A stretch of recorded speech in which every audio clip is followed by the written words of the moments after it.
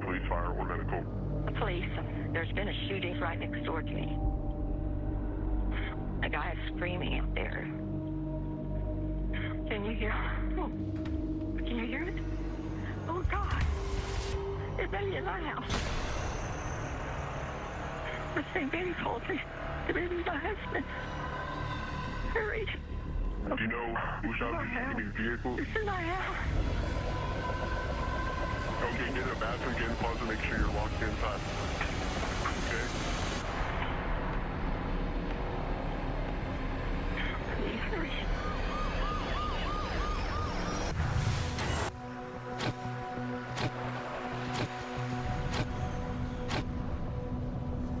Right now, all we've got is that it sounds like a home invasion and an elderly male has been shot and killed.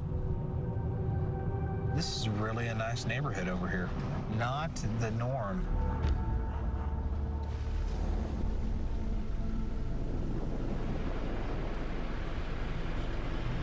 Hey, kid. Good morning, sir.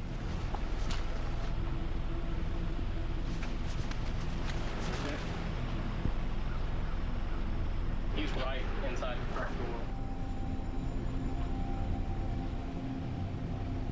So he collapsed right here?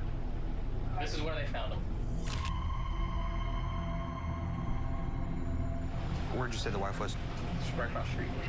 She's not shot. What's his name? Rosenlieb. 80-year-old Jim Rosenlieb was born in West Virginia and had a long career in the oil supply business.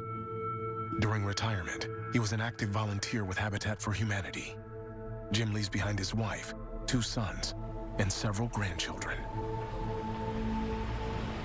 Took one to the chin, and I think they said there was one in his back. What a way to end a life. I'm not seeing cartridge casings, and then... Silver flashlight right by his head. But how did the bad guy get in? This window over here. A window has been smashed out in the guest room, down the hall from where Jim's body was found. It's carefully cut on the screen, but then the glass is also broken going out. So I'm wondering if he got out that way too. There is a shoe print on one of the pieces of glass. It's like a tennis shoe pattern. First blood shots are right there at that closet. Mm-hmm. And then if he's following him and shooting him. A blood trail leads from the closet in the guest room to where Jim collapsed. Swabs on these door Yeah, handles. we're gonna swab every handle.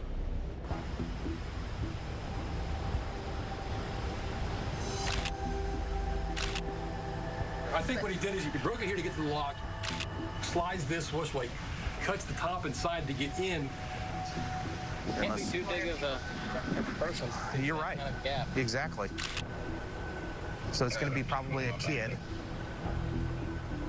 It's a little out of place. This garden, yeah. Nearby, the team finds a Gatorade bottle. All right, let's get that dusted for prints, too.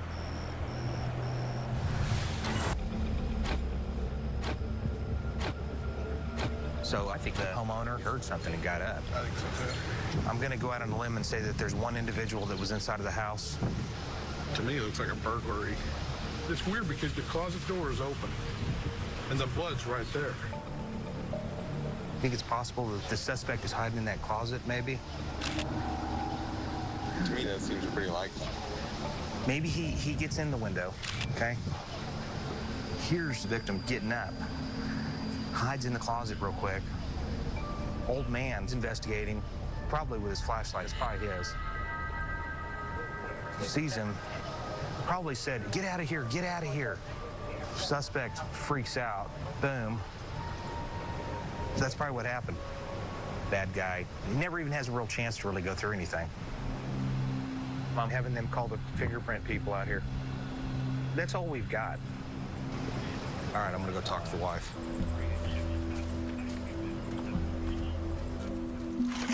Hey.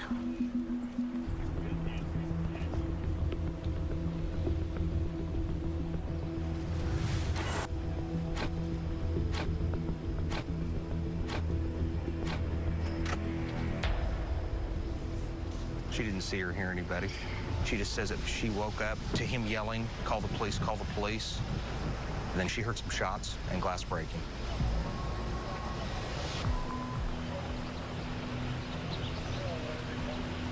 Jason White.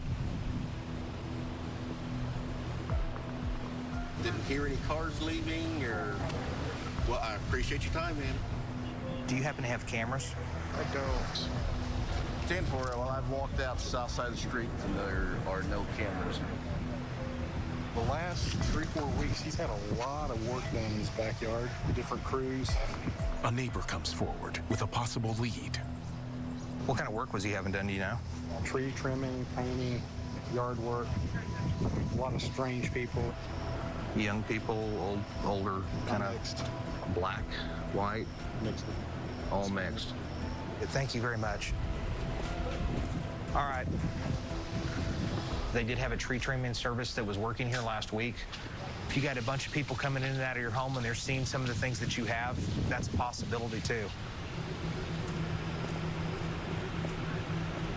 Hey, the other thing you might want to consider when you're looking around is tree trimming services. Maybe there's a business card or something. Here. On the kitchen counter, Very good. the team finds a card for a tree trimming service. Hey, Justin, I need you to check out this tree trimming service.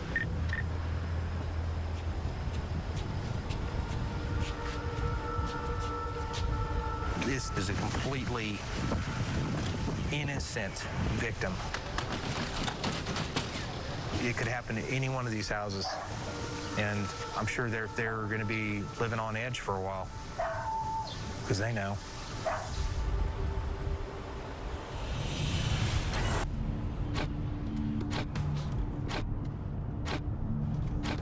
Well, do we have a phone number? Hey, man, my name's Justin Ritter. I'm a detective with the Tulsa Police Department. Detective Justin Ritter calls the owner of the tree trimming service. In that area, is there somewhere that I could meet up with you for a few minutes? Okay. All right, well, I'll head your way, man.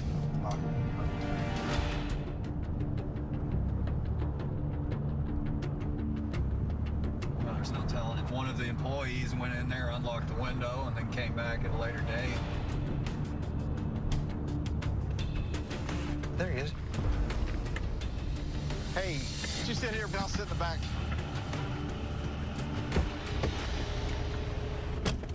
Sorry to bother you, man. It's all right. Do you have any idea why I would want to talk to you? No. Elderly couple. It's a little picture, but Yeah. He says he worked on the Rosenlieb's house over a month ago. The guy was real nice. I mean, they made us lunch, like BLTs and everything. Mr. Rosenlieb is the victim in this deal. See, somebody does a burglary on his house. Suspect has a gun, ends up shooting. I have to ask, though, where were you this morning at like 4? I was in my bed. How many employees do you have? They've just been using standby personnel. That day, they used Rick Davison.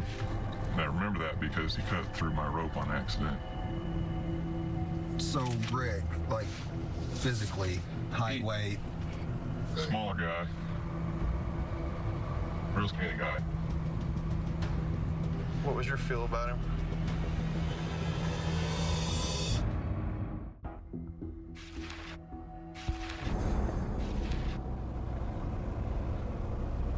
He was a real good worker, real polite.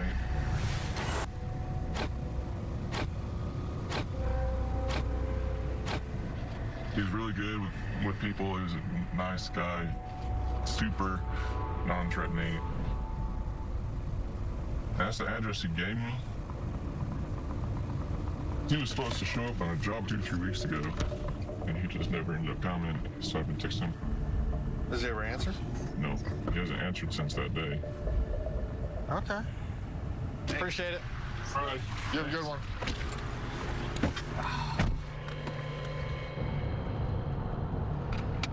After they completed that job, Ricky hasn't responded to his text or anything like that.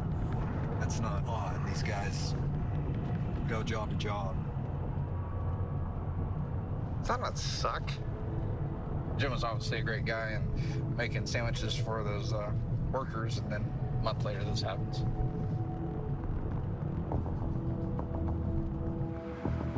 Ritter and Ryden head to Ricky's address. How do you do? Does Ricky stay here? Ricky Davison? The homeowner says he recently moved in and doesn't know Ricky Davison. All right, thanks, man.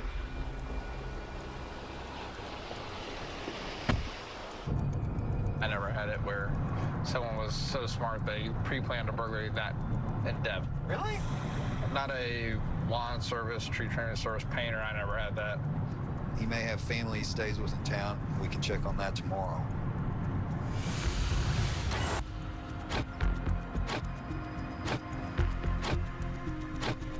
"15 hours in." Hey, Jason. The lady at South 72nd found a pair of jeans and a cell phone laying in the yard. No kidding. That's super close.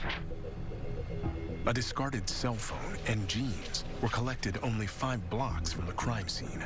They're small person's jeans. But look at the backside of him. I just wonder if he fell on his ass when he jumped out the window. Did you take off your pants as you're running?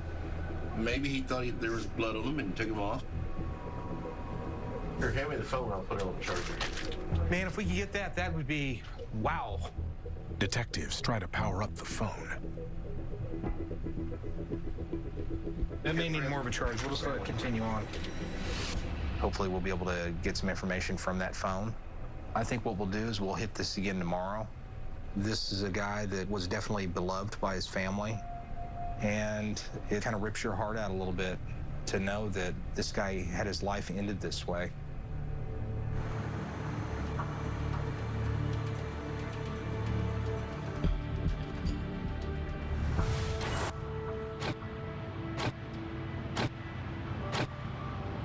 The next morning, the team updates Chief Chuck Jordan on the case.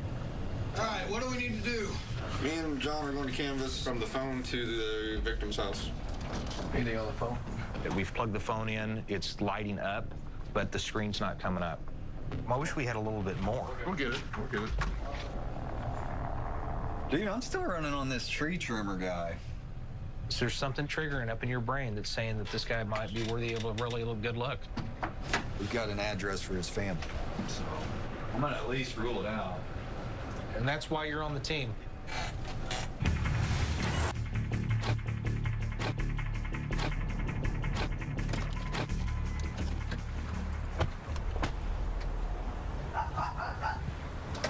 Have you seen Ricky today? I haven't seen him. He works midnight. Whose Gatorade's that? Maybe 8 pounds. That's mine. I guess I'll check back tomorrow or something like that. I need to talk to him, so I'm just gonna have to keep coming by till I do. Yeah. All right?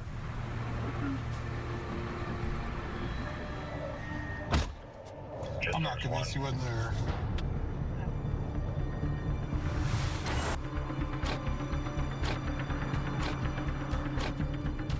Across town, Detectives Brown and Ryden head back to the victim's neighborhood to canvass the street where the jeans and cell phone were recovered.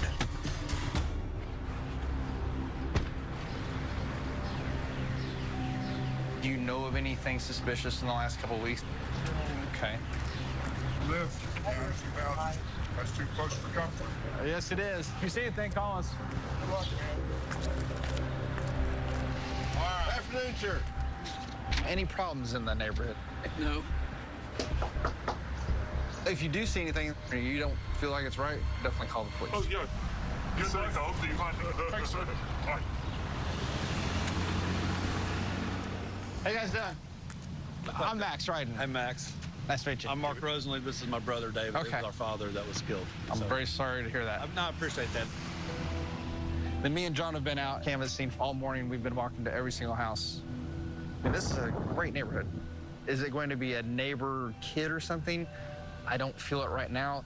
So I think it's going to take a person going, you crossed the line, I'm going to have to tell on you. You got Jason's number, right? Yes, I have. So, yeah, if you got any questions, give Jason a holler. I appreciate meeting you guys. So sorry for your loss. I appreciate that.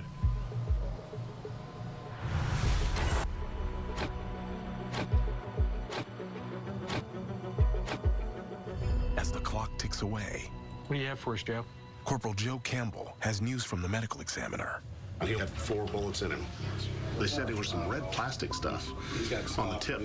That made me think of that Hornady round, especially because it's got a red plastic tip. Here we go. We've never seen one of these rounds in one of these murders that I can remember.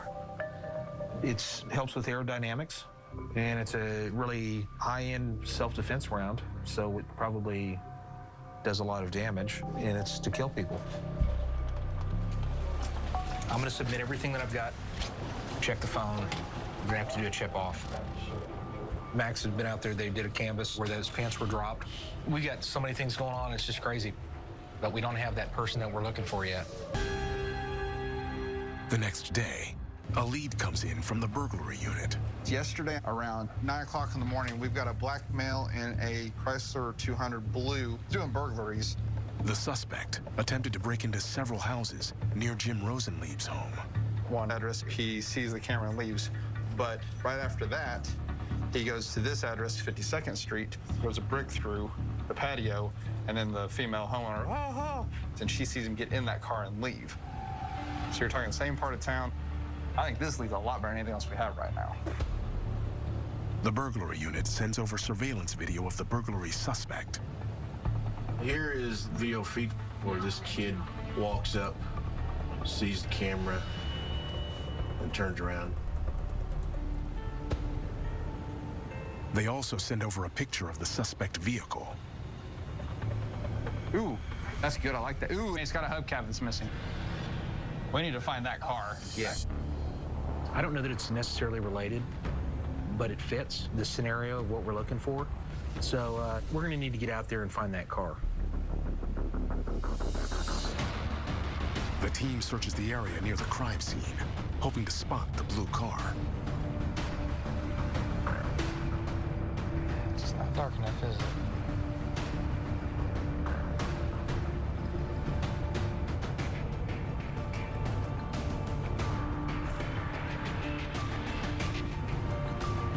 Nothing.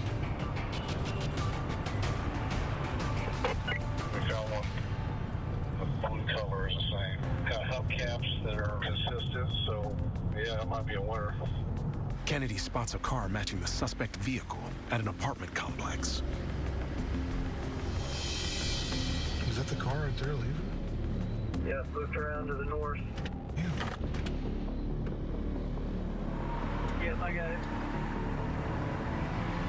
And Gloria came in northwest on 51st.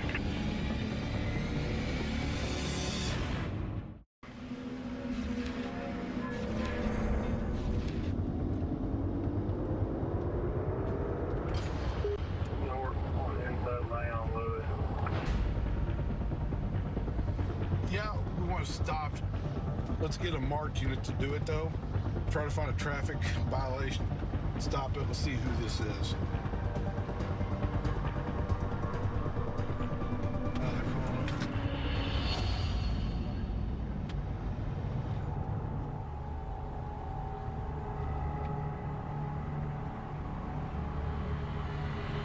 I don't think it was the guy. The driver doesn't look like the suspect in the surveillance video. All right, cut him loose. We don't know if he's related or not. That car is close. He could be associated. He's related. Who knows?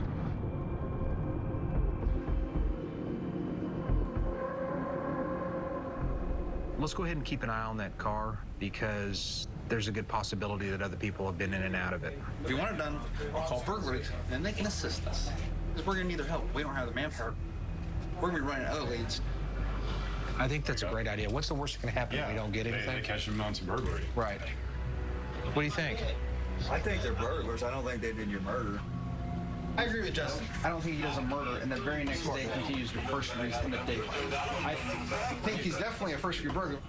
But I'm not saying you shouldn't do it. We think we have found the car. The person that was in it was not a match to the guy from the surveillance video.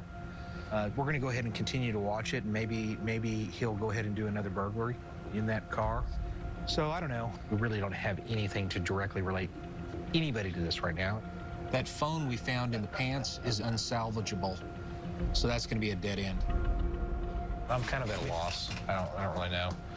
It's a lot easier when you got something to work with instead of nothing, and you're just kind of throwing things against the wall, hoping something sticks. Something will break loose. No, I agree. I think it will.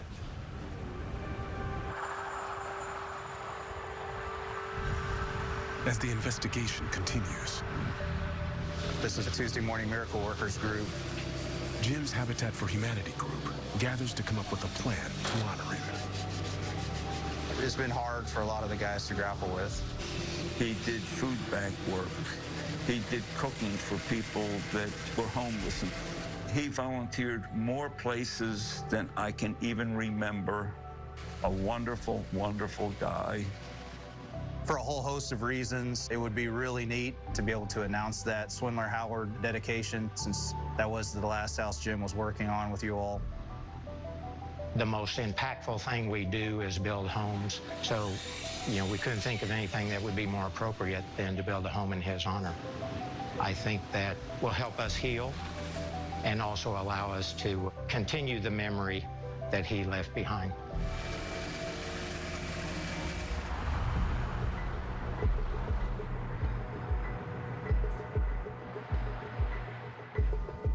Hey, I'm working that situation that happened down the street. Over the next several days, Hey, I'm Detective Wright in Tulsa Police Department. detectives continue canvassing and trying to drum up leads. You don't know of anybody that's been involved in anything like that? Oh, sir.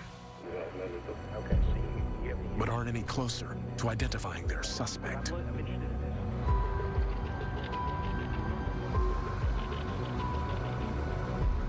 right, I guess we'll hit it again tomorrow.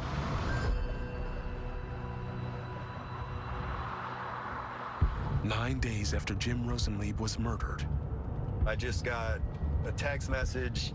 Someone who says they have information on the case reaches out to Ritter and wants to meet. So we're en route to there, and we'll see what we get from it.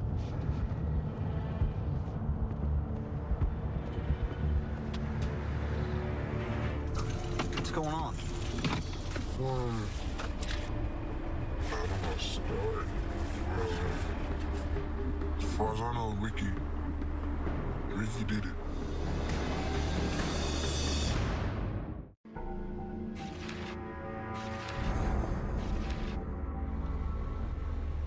Why do you think that?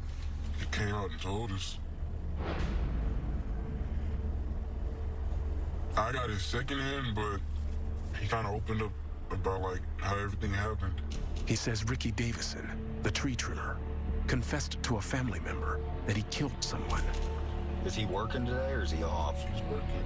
He tells Ritter where he can find the family member who heard Ricky's confession. Did he say anything about who the victim was, or what the circumstances were? 80-year-old man. Ricky said that? Ricky said, I killed an 80-year-old man. Okay. So have you seen Ricky with a gun? So like a revolver.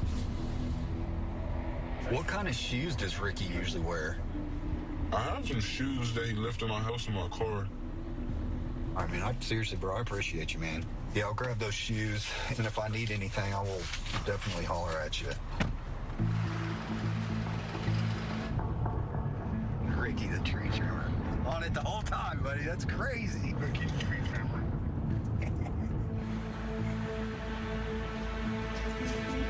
So it looks like Ricky probably did it. What? I said, well, what did he say he did? And he said, killed the 80-year-old man.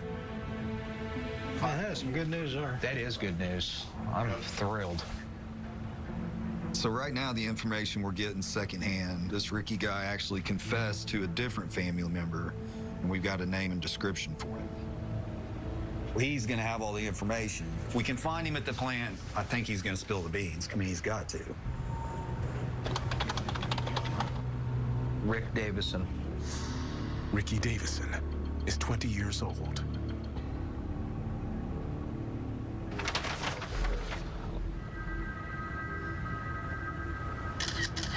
You like the pattern? White compares the tread on Ricky's shoes to the print found on broken glass at the crime scene. It's like Right on the money. Yeah. Ritter and Kennedy head out to find the family member who allegedly heard Ricky's confession. We're going to go out to his place of employment and try and locate him, interview him firsthand.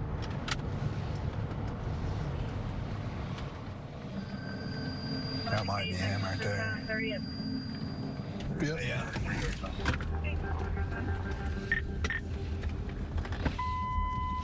What's up, man? Man, we need to talk. I want you to come downtown with me. You're not in trouble. All right.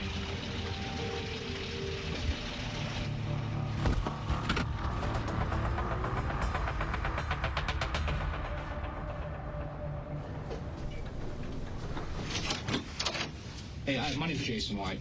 I'm the detective working on a case. Pretty good idea. You probably know what it's about. Okay. All right, man.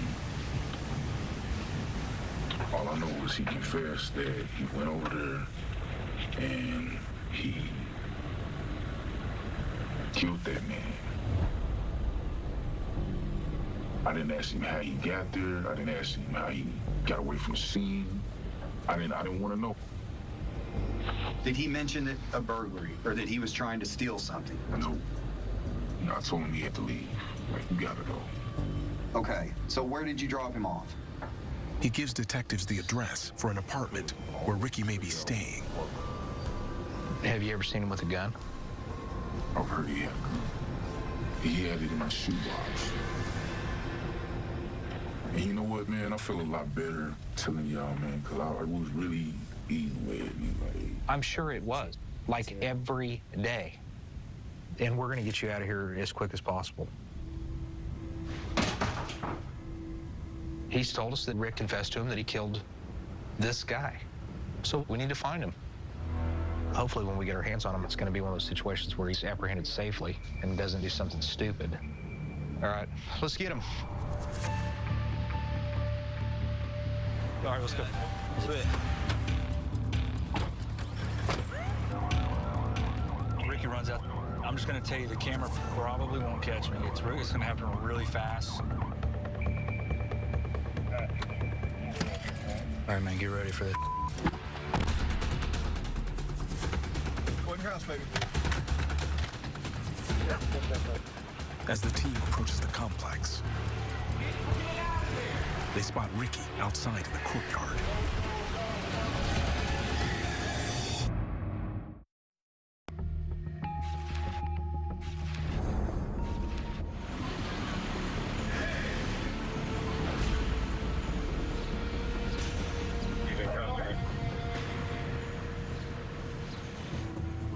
Inside the apartment where Ricky was staying.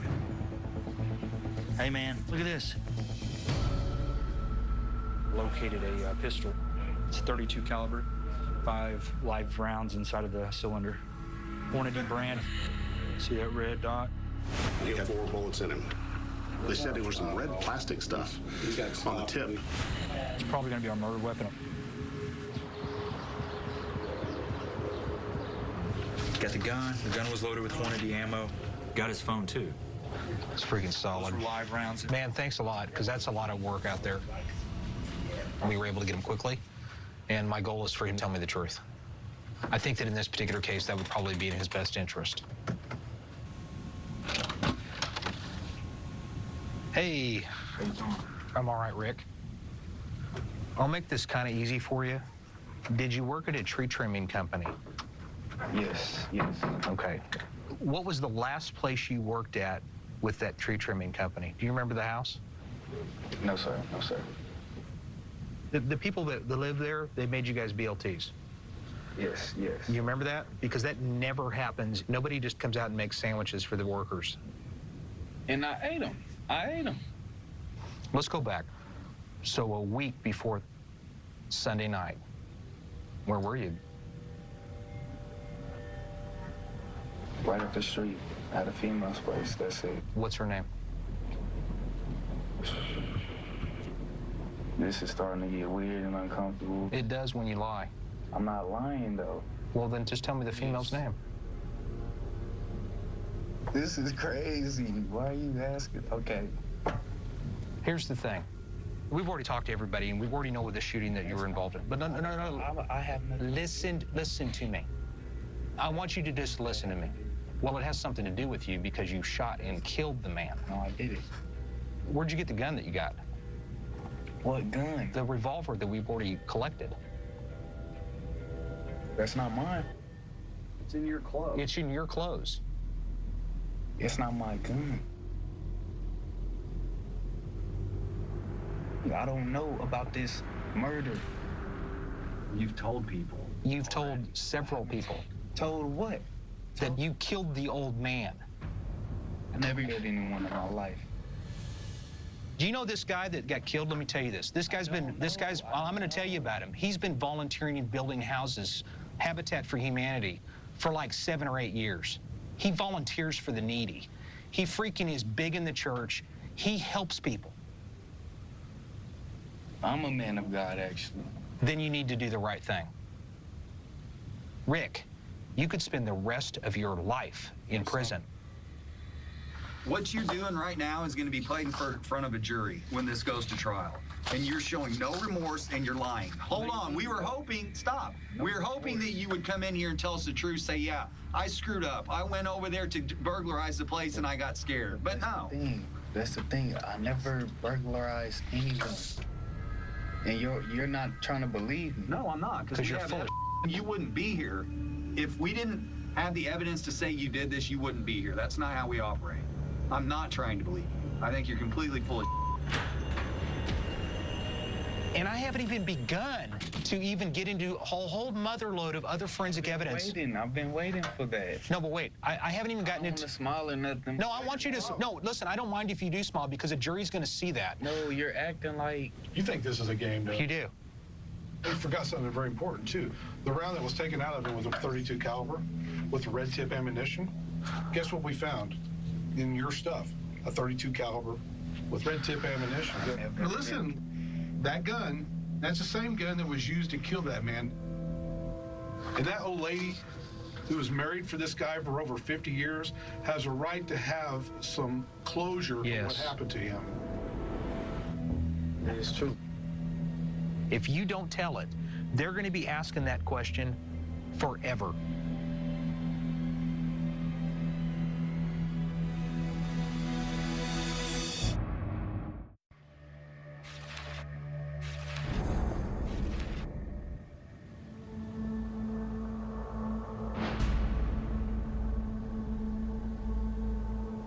I never tried to kill anyone. I never will. What do you think this is a game? There's an 80-year-old man who's dead because you had to go in and break into his house. We've given you an opportunity to tell your side of the story because I didn't think you went in there as a cold-blooded killer. I'm not one. Last chance, because we're going to walk out, and when we walk out, you don't have another opportunity to tell your side of the story. How can I get home? You're not going home, bro. You're going to be booked in on first-degree murder. We'll talk to you later. It's frustrating. I wanted to tell the family, basically, what in the world happened in that back room. Ricky Davison is booked for murder. You did a lot of work on this end of it. It's much appreciated, Justin. Seriously. Right now, there's still some unanswered questions. However, we've got the Gatorade bottle to get looked at. We have his phone to go through, and hopefully we'll be able to get some answers as to what happened up inside of that house.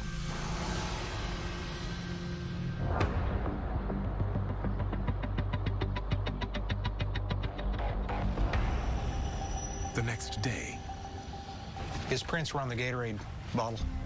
They were? Are you kidding me? No. Shut up. No, I just got the results back just now. The one from the scene? Yeah.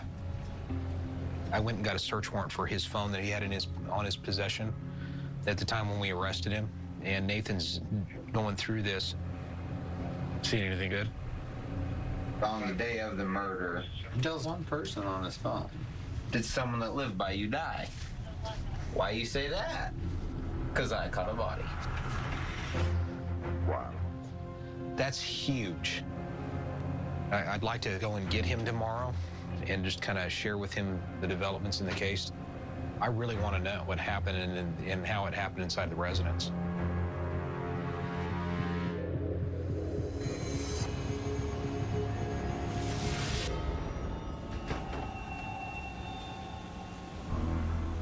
Okay.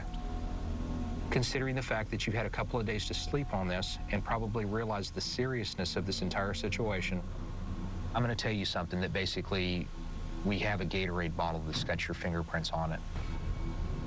Belong to you. I'm dead serious. Now, here's something else I wanted to just mention and listen, and this is the part that you need to listen carefully about, okay? That phone that you had on your person that we collected from you, on the 11th of June, when this incident happened, you messaged somebody, did someone that lived by you die? Then you say, because I caught a body, which I've been doing murders for many, many years, and that means because I've just killed somebody. Your phone that's found in your possession, admitting to murder. You see what I'm saying? Dang. Is there any way the guy that died could come back to life? I wish. You know what? If I had the power to do that, me too. Me too. What I really want, I would like to know what happened between you and the old guy inside of the room. I'm gonna be honest. You know what happened. I do know what happened, but I want to hear it from you. It doesn't make me feel good telling you. You will feel better. Generally speaking, people do feel better that they get it off their chest. I want to speak to the family. Well, you can speak to them via me. Tell her I apologize.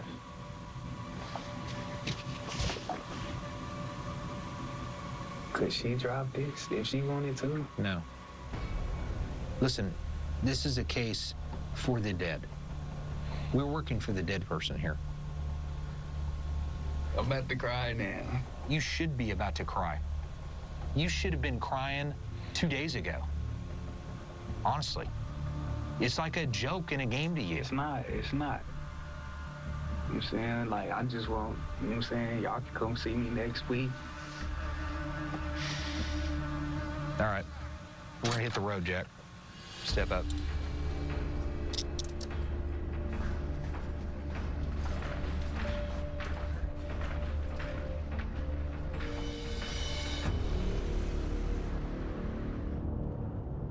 I just wanted to know what happened. An accident's one thing. An accident is the gun accidentally went off and I was just trying to steal something. But then to shoot again, and then again, and then again, that takes the accident out of it. So that's probably the biggest hurdle for this young man to get over, is the fact that there's really not any really good explanation that he can give that's gonna make any kind of sense whatsoever. And it's sad because I know that the family wants to know what happened inside of that room, and I do too. And we'll likely never know.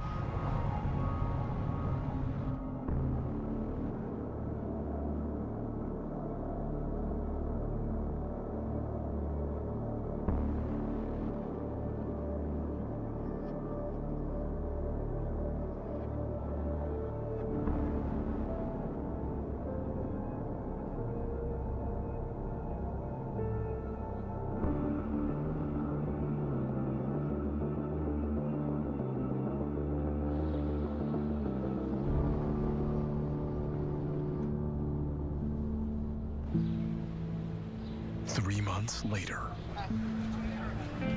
This came together very quickly in honor of Jim Rosenleib. We're here for the wall raising for the Habitat for Humanity of the new house that they dedicated in his honor. My dad thoroughly enjoyed being out here working with these men and what it represents, being able to give people a house that they can live in and call their own. He would be so happy to see all these people out here doing this. And I think it's great for my grandmother as well. I will be checking on you all the time. To just see all the people that have surrounded us with so much love. Here we go. 3, 2, 1.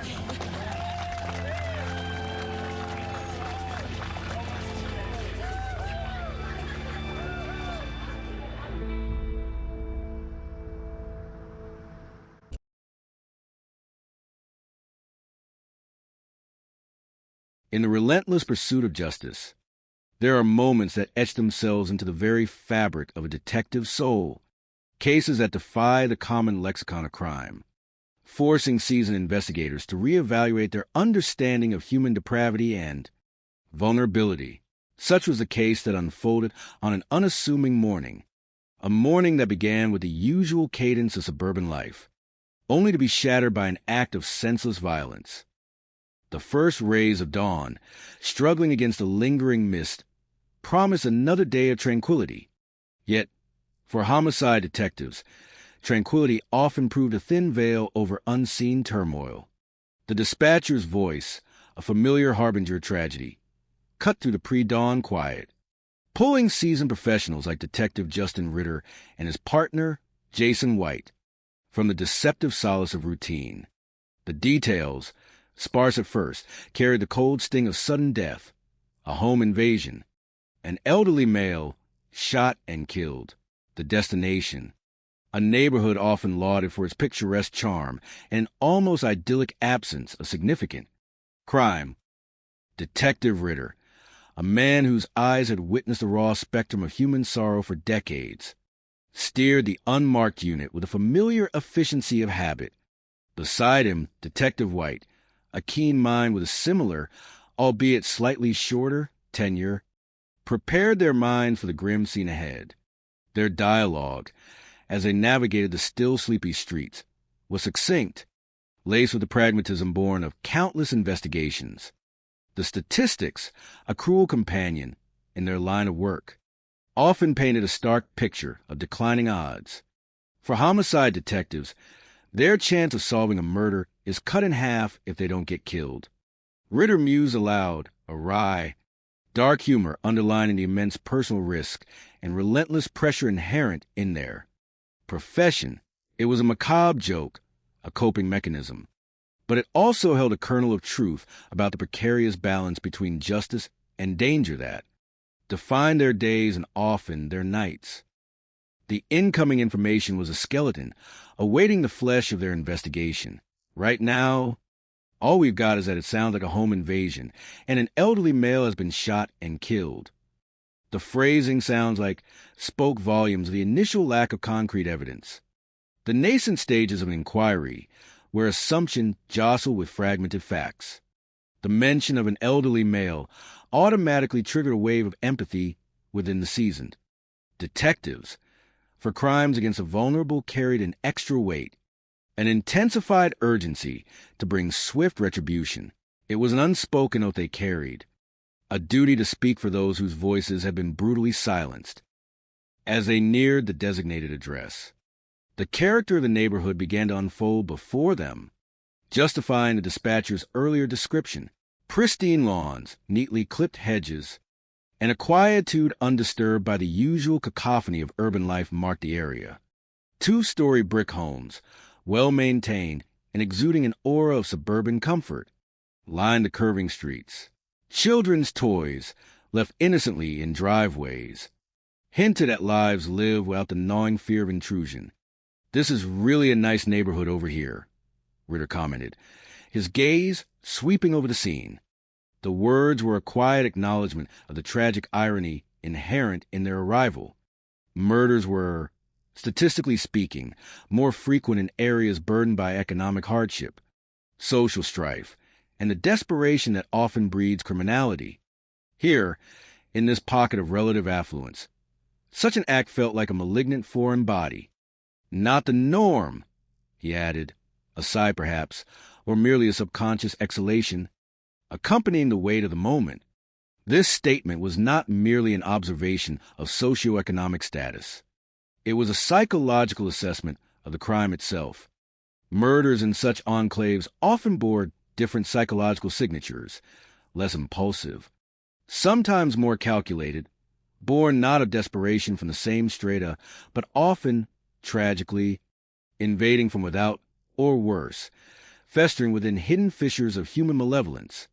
The very quietude of surroundings magnified the atrocity, making the violation feel more profound, more acutely felt by the community whose sense of security had just been irreparably shattered. Ritter understood that this murder would reverberate far beyond the immediate victim's family, sending shivers through every resident who, until this morning, had believed their suburban sanctuary impervious to such raw brutality. The anomaly of the location often heightened the urgency of a rapid resolution, both for justice and for community reassurance. Upon arrival, the usual constellation of emergency vehicles already adorned the quiet street. Patrol cars, their lights strobing in a silent, mournful ballet, created an uncharacteristic vibrancy against the sedate backdrop. An ambulance stood by, its utility now rendered tragically moot, a stark reminder of life's ephemeral nature. Forensic technicians, identifiable by their crisp white suits and stoic demeanor, moved with practiced efficiency, their meticulous movements already defining the parameters of the crime scene.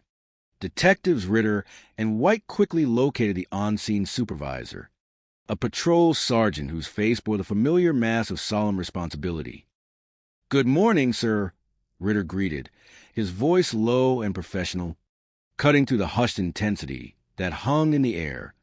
The sergeant, a man named Henderson, nodded, his gaze betraying the quiet shock that even years on the force couldn't entirely desensitize one. "2. He's right inside." The simple declarative sentence carried the weight of shattered lives and a nascent investigation, directing the seasoned detectives into the grim heart of the matter. Henderson provided a brief, preliminary overview. The victim's wife had discovered the scene. She was, understandably, in a state of extreme distress and was being attended to by first responders, still on the scene, just right about the street, segregated from the horror within, being offered what little comfort could be given. Crucially, the sergeant confirmed a detail that would narrow their immediate focus. "She's not shot." This indicated that the perpetrator's intent, while murderous towards a male victim, had seemingly not extended to the female, or perhaps she had been fortunate enough to escape the same fate. The identity of the deceased was provided. "What's his name?" "Rosalind Leap." The confusion in the naming, a common occurrence in the initial chaos of a crime scene, was quickly clarified. It was Jim Rosenlieb, an 80-year-old man, a victim of circumstance. His life extinguished abruptly and brutally. The sergeant's notes, a nascent chronicle of tragedy, detailed a biography quickly pieced together from preliminary family interviews. 80-year-old Jim Rosenlieb was born in West Virginia and had a long career in the oil supply business. This information immediately began to paint a picture of a man who had lived a full and productive life, a man whose journey, like many of his generation, spoke of diligence, resilience, and contribution. His long career suggested stability, experience, and perhaps a comfortable retirement, all of which amplified the shocking nature of his violent end. The details of his retirement life further burnished his character, adding layers of profound humanistic meaning to the tragedy. During retirement, he was an active volunteer with Habitat for Humanity. The single statement resonated deeply with the detectives. Habitat for Humanity, a renowned organization dedicated to providing affordable housing, epitomized altruism and community spirit. Jim Rosenlieb was not merely a retired businessman. He was a man who chose to spend his golden years giving back, extending a helping hand, quite literally, to those in need. This portrait of the victim, a compassionate individual dedicated to betterment, contrasted so starkly with the brutality of his demise that it elicited a collective sense of profound sorrow and righteous indignation. The sheer unfairness of it all hung heavy in the air. Jim Rosenlieb leaves behind his wife, 2 sons, and several grandchildren. These words painted the poignant tableau of a family unit, shattered, grappling with an incomprehensible loss. The ripple effect of such a crime would extend far beyond the immediate victim, engulfing his entire family in a vortex of grief, questions, and unyielding ache. Detective White articulated the raw, visceral reaction that often accompanied such disclosures. What a way to end their lives. The plural pronoun was a subtle yet powerful recognition that while Jim Rosenleib was a direct victim, his family, too, would live with the consequences of that horrific morning forever. Their lives, as they knew them, had also been irrevocably altered. Stepping into the Rosenleib residence was like crossing a threshold into a different reality. The morning light, filtering to the windows, illuminated dust motes dancing in the air, creating an almost ethereal, yet terribly stark, tableau. The scent of ozone, sometimes left by gunfire, mingled faintly with the underlying aroma of an ordinary home now irrevocably tainted. Ritter's trained eyes immediately began to sweep a methodical calibration of the scene.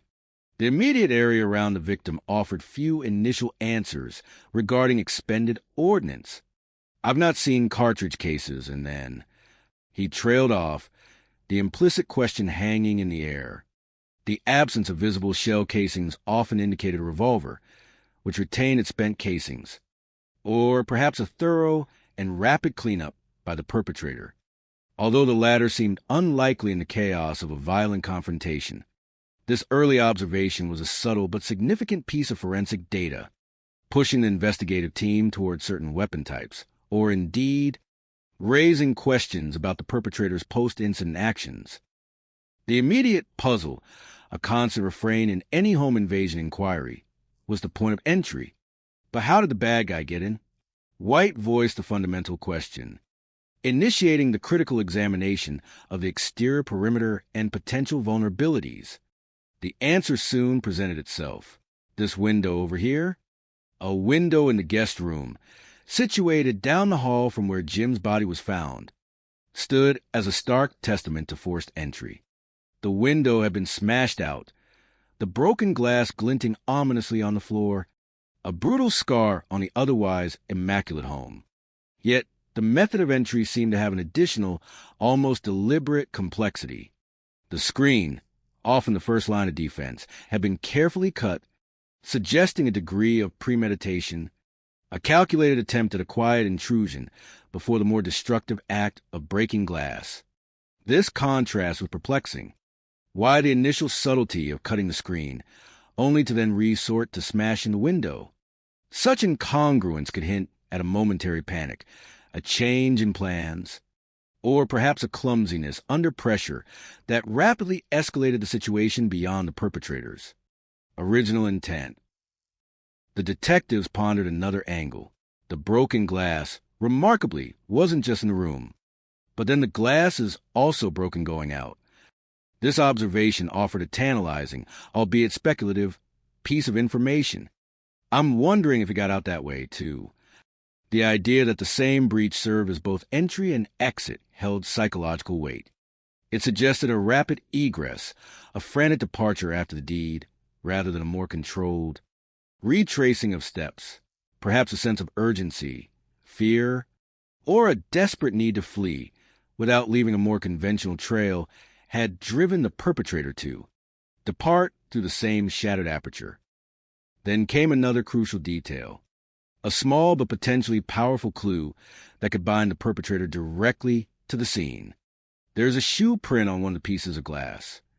This was a significant development, as forensic footwear analysis could provide not only a general size and brand, but potentially unique characteristics if the sole was worn or damaged. It's like a tennis-shaped pattern. The specificity of this description indicated a type of athletic shoe, common, yes, but its presence on a piece of glass shattered outwards lent credence to the theory of the suspects. Hasty exit through the window. The precise contours and unique wear patterns of that shoe print will become a high-priority item for the forensic team. Every angle, every ridge, every minute detail will be photographed, preserved, and analyzed with painstaking diligence, serving as a silent witness to the perpetrator's presence. Inside the residence, The chilling narrative of Jim Rosenlieb's final moments began to unfold to the silent testament of the scene. First bloodshot is right there at that closet.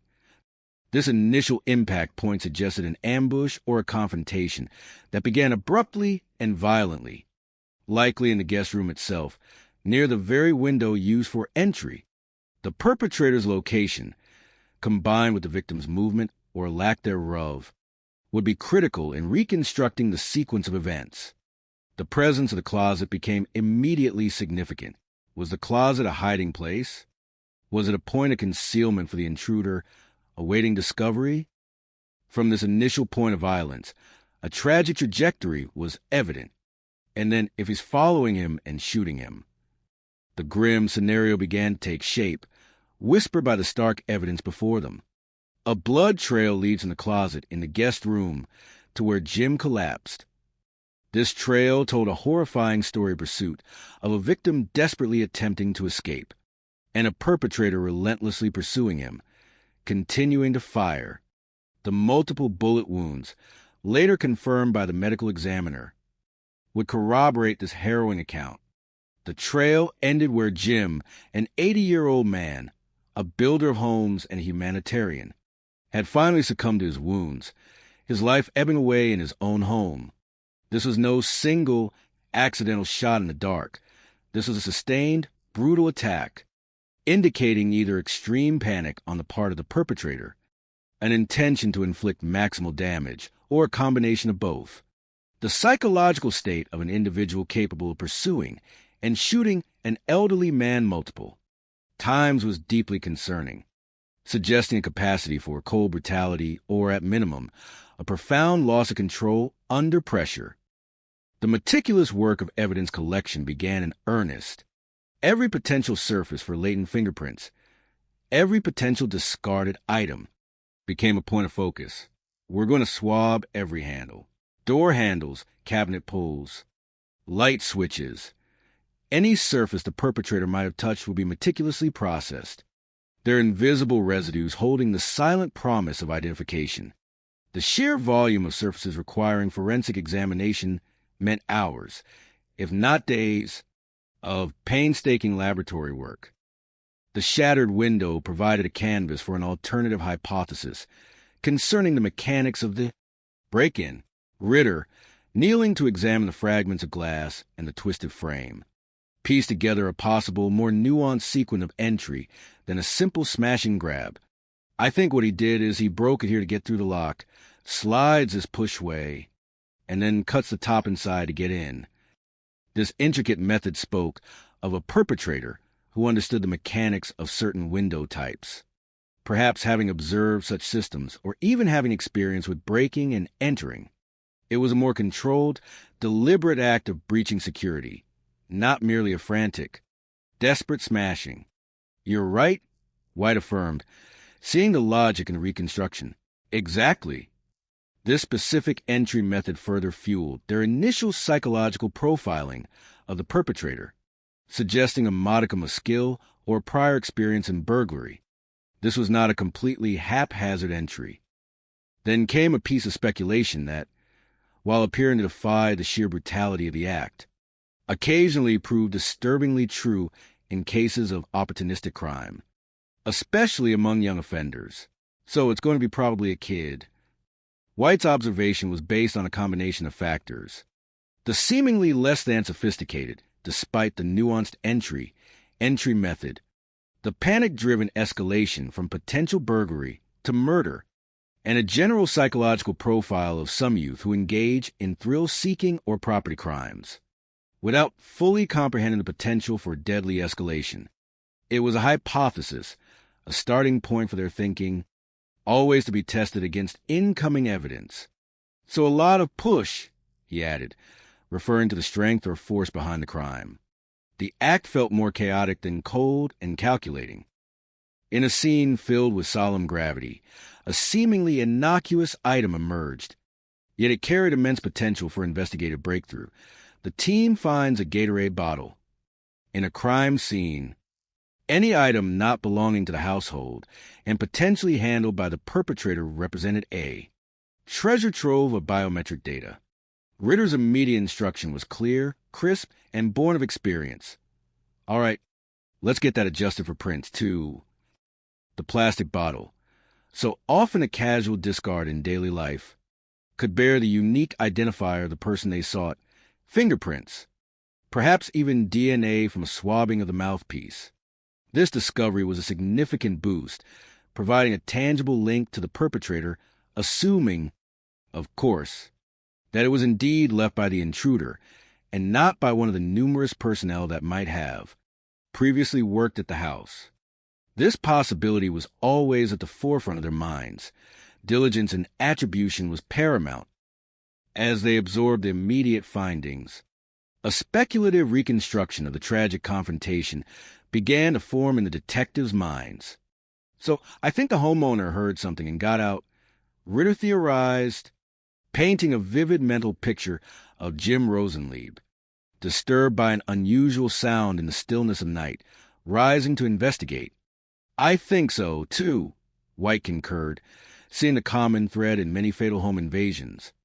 A victim's natural inclination to protect their home, inadvertently putting them in harm's way.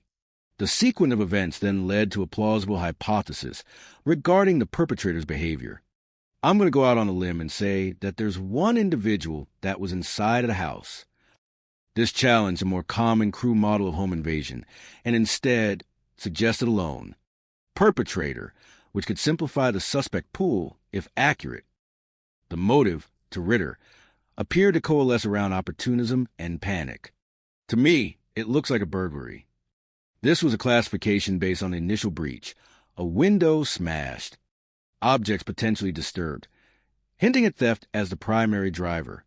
Yet, the placement of the initial act of violence near the guest room closet offered a compelling, if chilling, alternative scenario for the precise moments leading up to the shooting. It's weird because the closet door is open and the blood's right there. The spatial proximity of these elements led to a chilling psychological deduction. I think it's possible that the suspect is hiding in that closet, maybe. This hypothesis, articulated by Ritter, carried profound implications. If the suspect was indeed hidden, waiting, it spoke of a certain coldness, a predatory patience. That transcended mere opportunistic entry. To me, that seems pretty likely, White agreed, seeing the stark logic in the dark scenario. The full dreadful scene then played out in their minds. A likely sequence of events reconstructed from a physical evidence. Maybe he gets in the window, okay? Here's the victim getting up, hides in the closet real quick. Jim Rosenlieb, an octogenarian roused from sleep, likely without immediate fear, perhaps armed with nothing more than a flashlight, attempting to understand the unusual noises in his home. Old man's investigating probably where his flashlight spot is. The beam of light, a mundane object of everyday use, becoming a spotlight in the theater of terror. The sudden reveal, the perpetrator springing from concealment. Season probably said, "Get out of here, get out of here." The victim's voice raised an alarm, perhaps in a defiant challenge, or merely a plea for retreat. Suddenly confronting the hidden intruder, suspect freaks out. The sudden exposure, the confrontation with an unexpected, albeit elderly, homeowner, triggering a violent panic reaction in the perpetrator. The escalation from stealthy burglary to deadly confrontation. That's probably what happened. White summarized, the grim assessment settling heavily between them. This scenario, born of experienced deduction and psychological insight, painted a picture of a burglary gone tragically, violently wrong. A desperate act of violence sparked by the primal fear of discovery. The perpetrator never even has a real chance to really go through anything.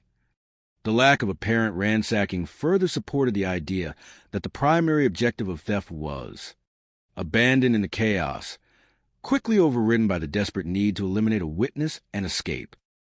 With the initial scene assessment complete, the focus shifted to action, to marshaling the resources required to peel back the layers of this crime. I'm having them call the fingerprint people out here. This was an immediate, critical step, ensuring that the specialized personnel capable of meticulously lifting and processing latent prints arrived swiftly. Every surface, every discarded item, held the silent promise of identification. That's all we've got. Ritter acknowledged the nascent stage of the investigation, the overwhelming initial questions against a backdrop of limited, tangible leads. The next critical phase involved speaking to the sole witness, Jim Rosenlieb's wife. "All right, I'm going to go talk to wife," Ritter stated, the task falling to his broad shoulders. His calm demeanor and empathetic approach crucial for interacting with a grieving and traumatized individual. The interaction with the widow would be a delicate dance of obtaining crucial information while offering solace in a moment of unimaginable grief.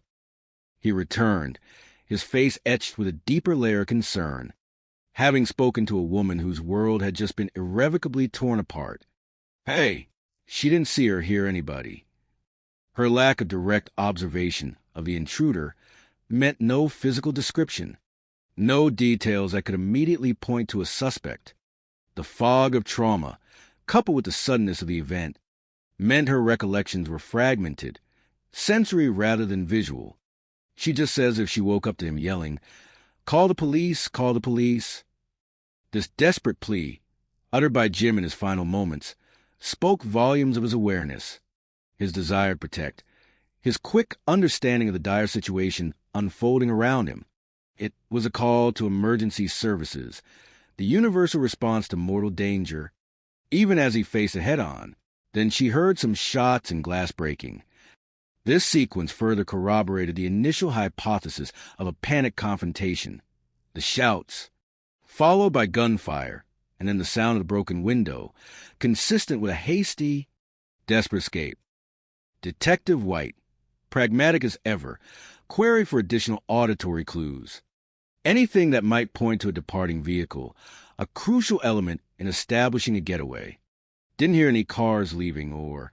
His voice trailed off, hoping for a positive affirmation. But the wife's auditory field, in her state of terror, had been narrowly focused on the events unfolding inside. The trauma had likely compressed her sensory experience to the immediate vicinity of danger.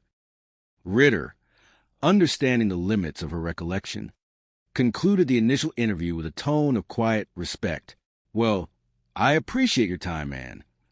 The casual colloquialism belied the gravity of the exchange, offering a momentary return to normalcy in an utterly abnormal situation. He then shifted focus to a practical investigative tool. "Do you happen to have cameras?" Surveillance footage, a silent observer in many modern neighborhoods, had become an indispensable asset in contemporary policing, often providing the visual data that human memory could not. "I don't." The negative answer was a minor setback, eliminating an immediate and potent source of evidence. Ritter logged the information, his internal mental map of potential evidence sources being updated. 10-4, he affirmed, radio protocol bleeding into conversational brevity. His subsequent action was a physical manifestation of his dedication to leaving no stone unturned. "I've walked out the south side of the street, and there are no cameras." A thorough physical check of the surrounding area confirmed the absence of readily available external surveillance systems, pushing the investigative burden more heavily onto forensic evidence and witness testimonies. Just when the wellspring of immediate leads seemed to be drying, a crucial piece of information emerged from the heart of the community, from an unexpected source. The last 3 weeks, he's had a lot of work in his backyard, different crews. A neighbor, observing the comings and goings, provided a potential vein of inquiry.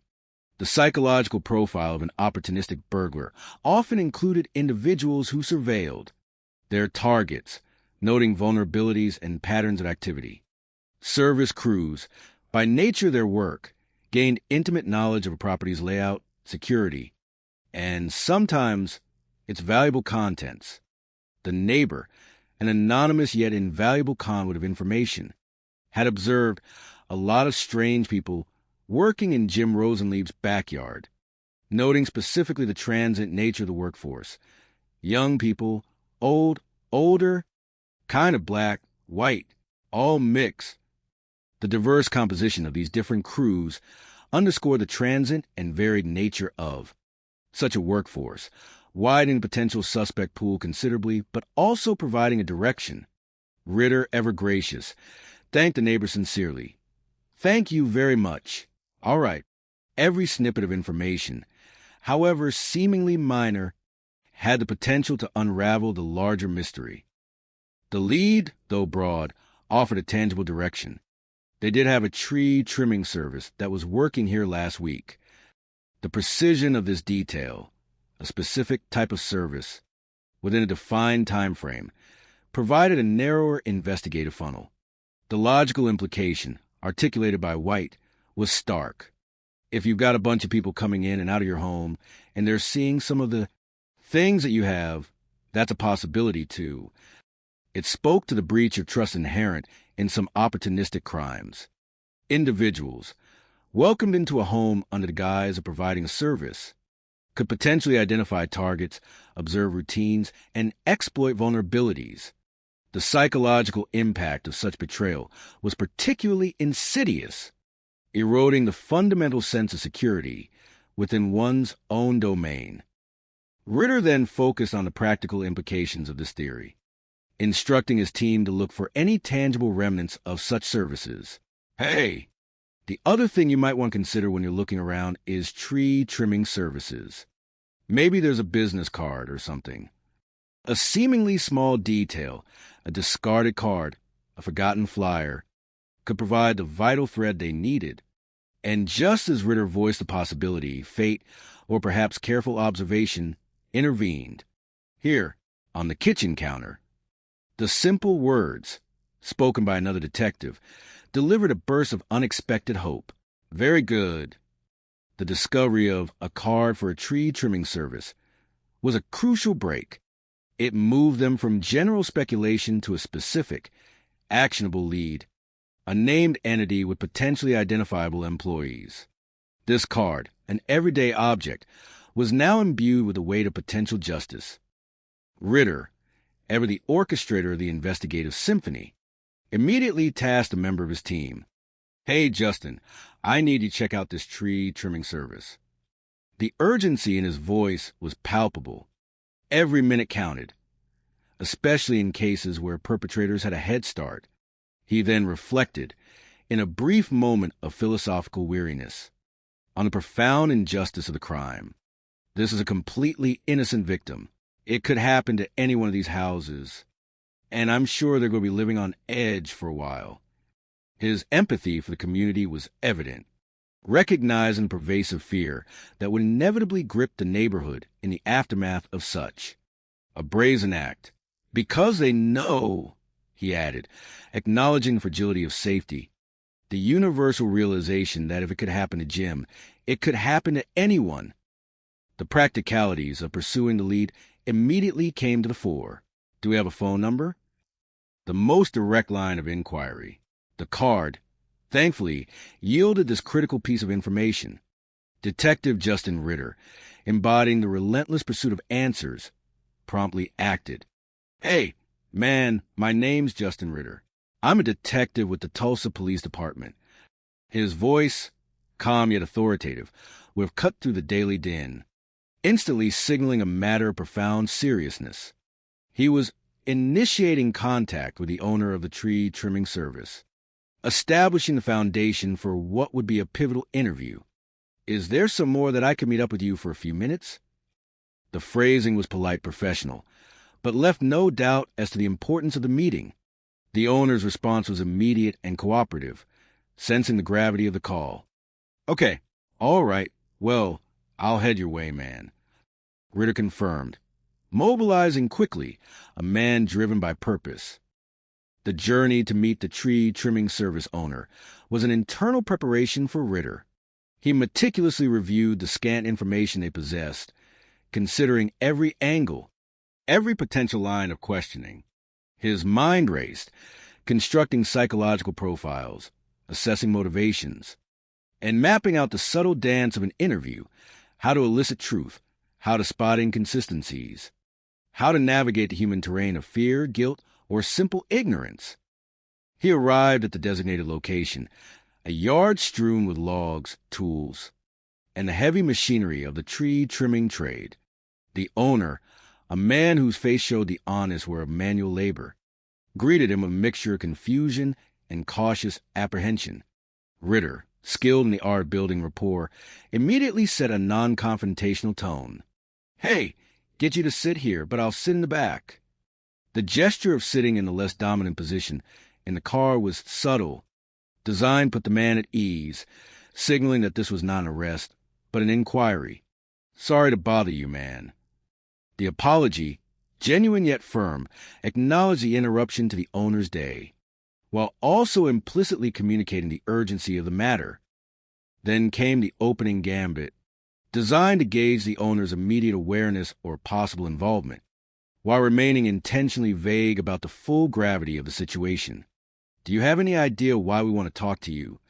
The question hung in the air, a silent probe into the owner's conscience, looking for a tell, a shift in demeanor, a flash of recognition. "No." The answer, delivered without overt signs of deception, suggested either genuine ignorance or a well-rehearsed denial.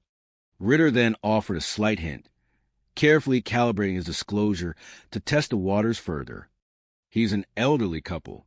A gentle push, referencing the nature of the Rosenliebs. "Uh-huh." A non-committal response.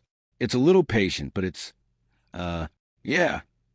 Ritter struggled for a moment, not wanting to drop the full bomb immediately, but the implications were beginning to register on the owner's face. The conversation naturally gravitated towards a specific job at the Rosenlieb residence.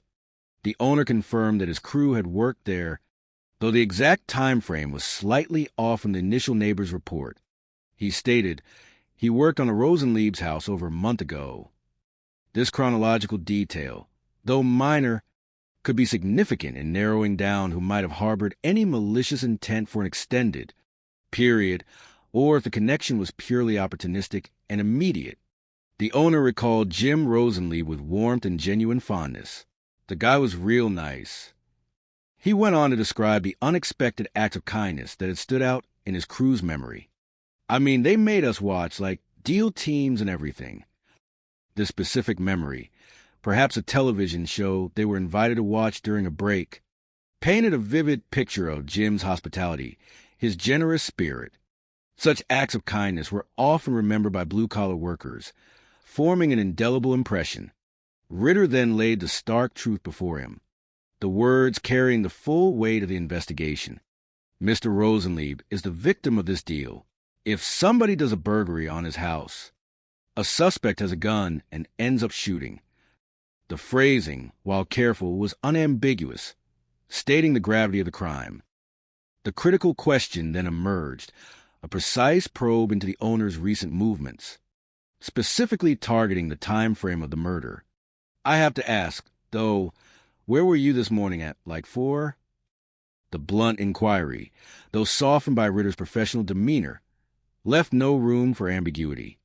The owner's immediate response was vague, offering little in the way of an alibi. "I don't know." Such a reply, while not damning in isolation, was often a red flag, though many ordinary citizens found it difficult to recall precise timings from a few days prior. The conversation shifted to the composition of his workforce. "How many employees do you have?" A critical piece of information, as the suspect pool needed to be as narrow as possible. The owner explained his flexible staffing model. "They're just using standby personnel." This meant a revolving cast of workers, complicating the identification process, but also explaining the neighbor's observation of different crews and strange people. He then remembered a name, one that came with a specific, memorable anecdote. "Sad day. They use Rick or Davidson. I remember that because he cut through my rope on accident." The minor incident with the rope, while seemingly trivial, provided a concrete mnemonic, an anchor point for recalling a specific individual within the shifting landscape of standby workers. The owner then elaborated on Ricky's physical description and work ethic. "So, Rick, like, physically highway, small guy, a real skinny guy." This physical profile was important, and it matched the potential kid hypothesis. What was your feel about him? He's a real good worker. Real fly. He's really good with people. He's a nice guy. The description, on the surface, offered no hint of a violent streak, depicting an affable, competent individual. Yet, the owner concluded with a troubling detail. Ricky Davidson had been a no-show, uncharacteristically. Super non trecini. That's the address he gave me. He was forced to show up on a job 2 or 3 weeks ago, and he just never even looked dominant. So I've been texting him. The repeated attempts at contact, the lack of response, painted a picture of an employee who had inexplicably vanished. Has he ever answered? No, he hasn't answered since that day. This final piece of information clicked into place with an ominous resonance. A polite, reliable, hard-working individual who suddenly ceased all communication after having worked at the victim's house. And around the time of the incident, this was a critical lead. Okay, appreciate it. All right, you have a good one. Ritter concluded the interview, his mind already racing. The name Ricky Davidson, now etched at the forefront of his rapidly evolving investigation. After the interview, Ritter returned to White, a new sense of urgency invigorating their pursuit. After they completed that job, Ricky hasn't responded to this text or anything like that. The disappearance of a transient worker after a significant event always raised flags. It spoke to a sudden change in pattern, a potential flight. That's not why these guys go job to job. White, understanding the realities of such labor, knew that uncharacteristic absences were often driven by something more significant than simply finding new employment. Does that not suck? Ritter mused, reflecting on the human cost. The stark contrast between Jim Rosenlieb's kindness and the potential betrayal. Jim is obviously a great guy and making sandwiches for those workers and my players. The very act of hospitality, a simple gesture of human connection, now tragically interwoven with his violent end. This happens, he reiterated, a painful acknowledgement of life's cruel ironies, where benevolence could be exploited for malevolent ends. The immediate priority was clear. Can you stay here, Ricky Davidson? All right. Thanks, man. The focus was now squarely on Ricky. Ritter relayed the information to his team, the energy on the ground intensifying. The preliminary profile was beginning to take shape. A potentially young, small guy with access to the victim's home who vanished abruptly after the crime. Someone was so smart, they pre-planned a burglary at Dev Really? White, reviewing the details, reflected on the calculated nature of such a crime. The pre-visualization involved in breaching a home, especially after familiarizing oneself with it through legitimate means. I'm not a law and service, treatment and service painter. I never had that. The distinction underscored the psychological leap from service provider to intruder, the violation of trust. The immediate practical step was to determine Ricky's local connections. He may have family stays within town, and we can check on that tomorrow. Establishing a local nexus could provide a physical address, a starting point for surveillance or direct contact. As the day waned, offering a fleeting reprieve from the grim work, an unexpected call illuminated another facet of their unfolding investigation, connecting the initial, tantalizing piece of evidence. Hey, Jason, the lady at South 72nd found a pair of jeans and a cell phone laying in the yard. Ritter's voice crackled with renewed vigor over the radio. No kidding, that's super close. White's immediate reaction underscored the geographical significance. The discarded items were only 5 blocks from the crime scene, a proximity that transformed an ordinary lost-and-found scenario into a potentially crucial. Forensic link. The location strongly suggested a perpetrator in hasty flight, discarding incriminating evidence in their escape path. The jeans themselves offer an immediate, if circumstantial, correlation to Ricky Davidson's known description. They're small person's jeans. This fit the small guide description the tree trimming service owner had provided for Ricky. The back of the jeans held a tantalizing, though unconfirmed, possibility.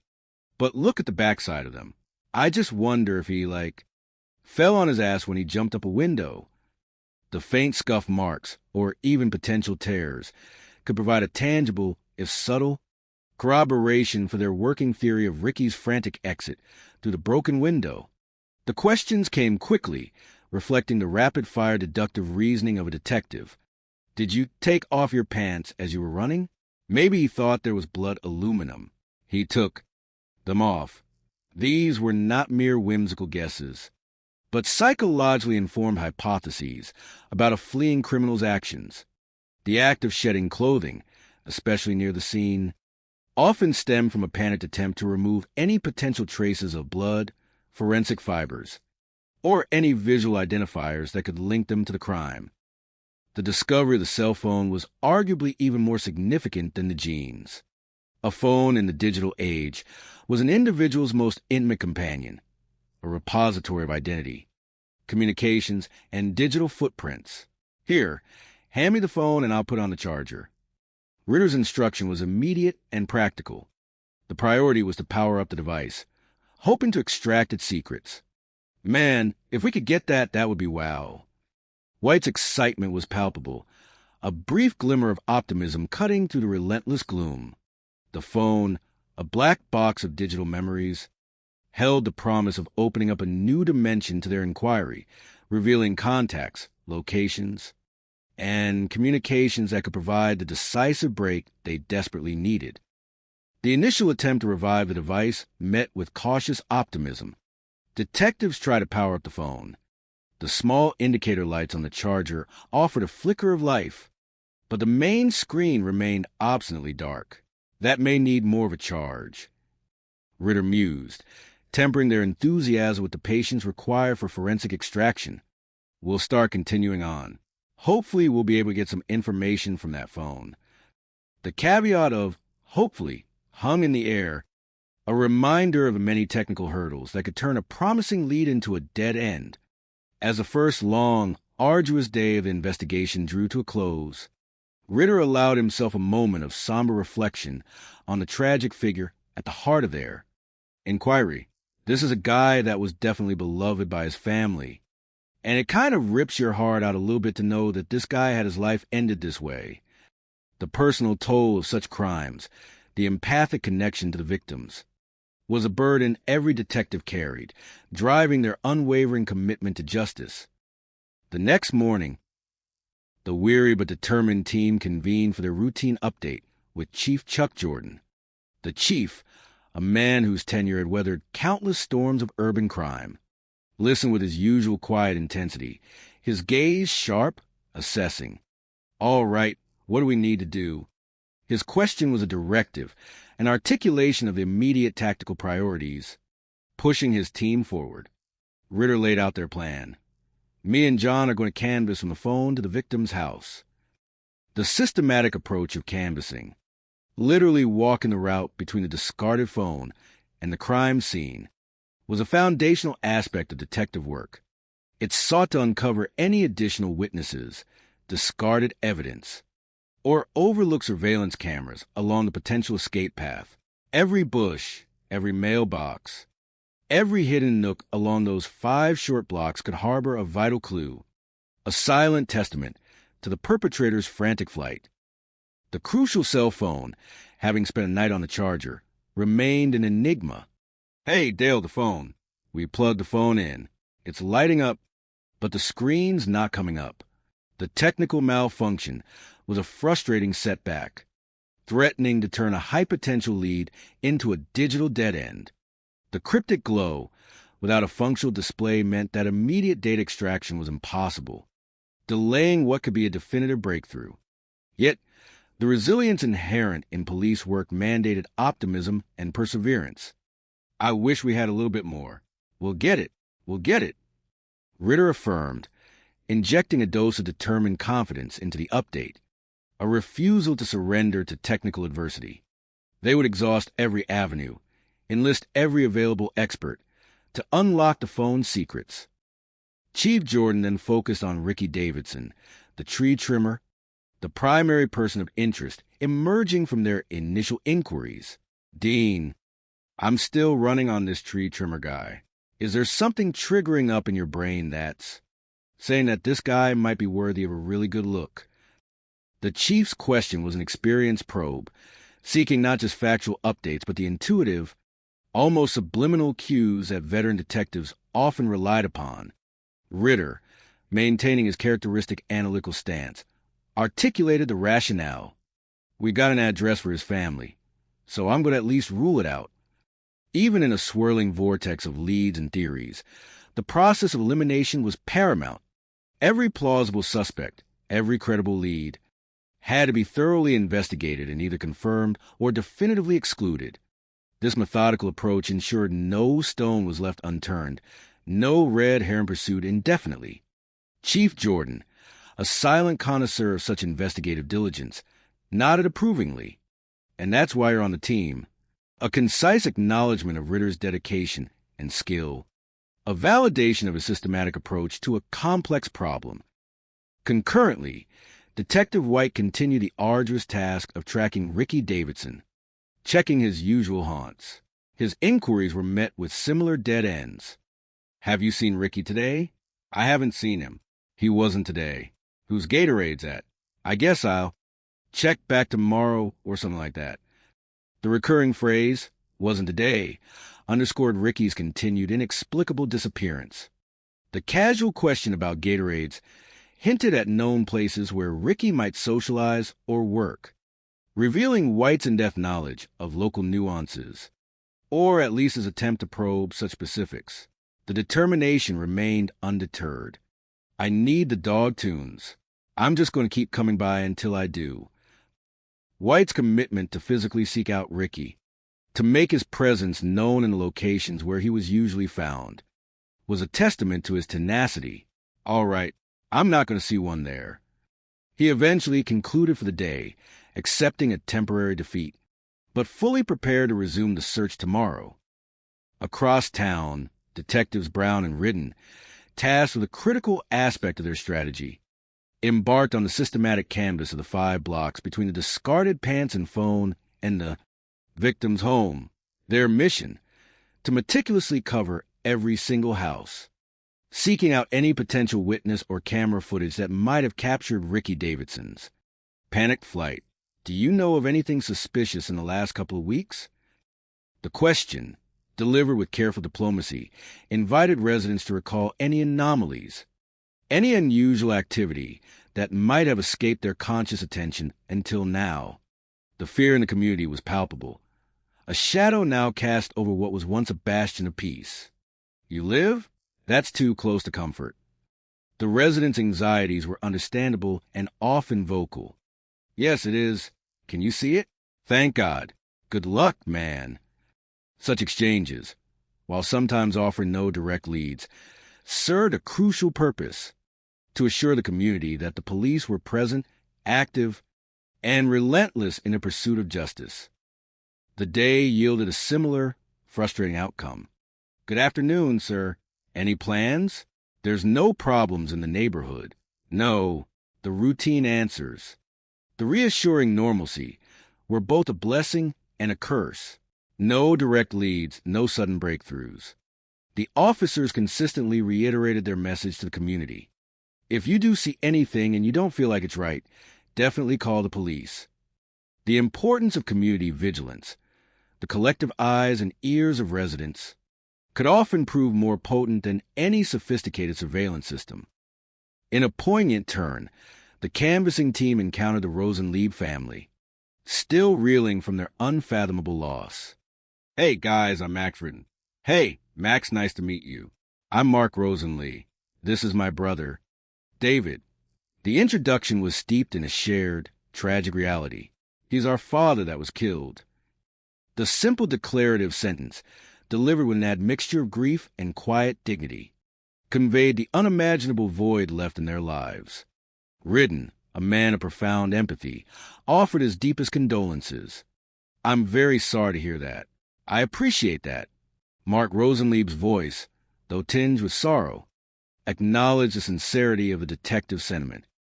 Ridden then explained the meticulous effort being undertaken.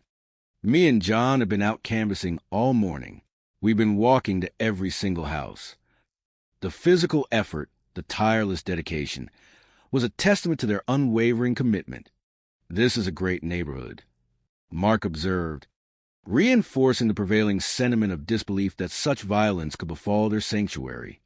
The Rosenliebs naturally sought to understand the why, grappling for a motive, for a perpetrator that made sense. Is it going to be a neighbor kid or something? The desperate attempt to contextualize, to attribute the horror to something known, even if tragic, rather than a faceless, unknown terror. Ridden, exercising the caution born of incomplete information, tempered their expectations while maintaining a sense of realism. I don't feel it right now, so I think it's going to take a person going across the line. His intuition, honed over years, suggested an external force, an individual whose path intersected with the Rosenliebs only through a criminal intent. He offered them reassurance and a direct line of contact. I'm going to have to tell him. You got Jason's number, right? Yes, I have. So, yeah, if you got any questions, give Jason a holler. I appreciate meeting you guys. So sorry for your loss. I appreciate that. The exchange, while brief, cemented a crucial bond of trust and communication between the grieving family and the detectives, relentlessly pursuing justice for Jim. As the detectives worked tirelessly in the field, crucial information arrived from the sterile environment of the medical examiner's office, providing objective, irrefutable facts about Jim Rosenlieb's final moments. "What do you have for us, Joe?" Ritter queried, his voice tight with anticipation. Corporal Joe Campbell, liaison with the ME's office, delivered the grim details. He had 4 bullets in him. The multiple wounds solidified the earlier theory of a relentless pursuit and repeated gunfire, debunking any notion of a single accidental discharge. This confirmed the perpetrator's intent to kill, or at least a panicked, sustained effort to incapacitate the victim. Then came a piece of forensic gold, a detail that often served as a unique identifier for ammunition. They said it was some red plastic stuff on the tip. The specificity of this observation immediately triggered a flash of recognition in the experienced detectives. That made me think of that corny round, especially because it's got a red plastic tip. Here we go. White articulated, the distinct characteristic of the bullet tip, narrowing the potential type of ammunition considerably. This wasn't merely a generic bullet. It had a signature. We've never seen one of these rounds in one of these murders that I can remember. Ritter's admission underscored the unusual nature of this particular ammunition, making its identification a unique and highly specific lead. Campbell then provided more technical details regarding the specific properties of the round. It helps with aerodynamics, and it's a really high-end self-defense round, so it probably does a lot of damage, and it's to kill people. The corny round, with a red plastic tip, was identified as a specific brand and type of bullet, designed for optimal penetration and incapacitation.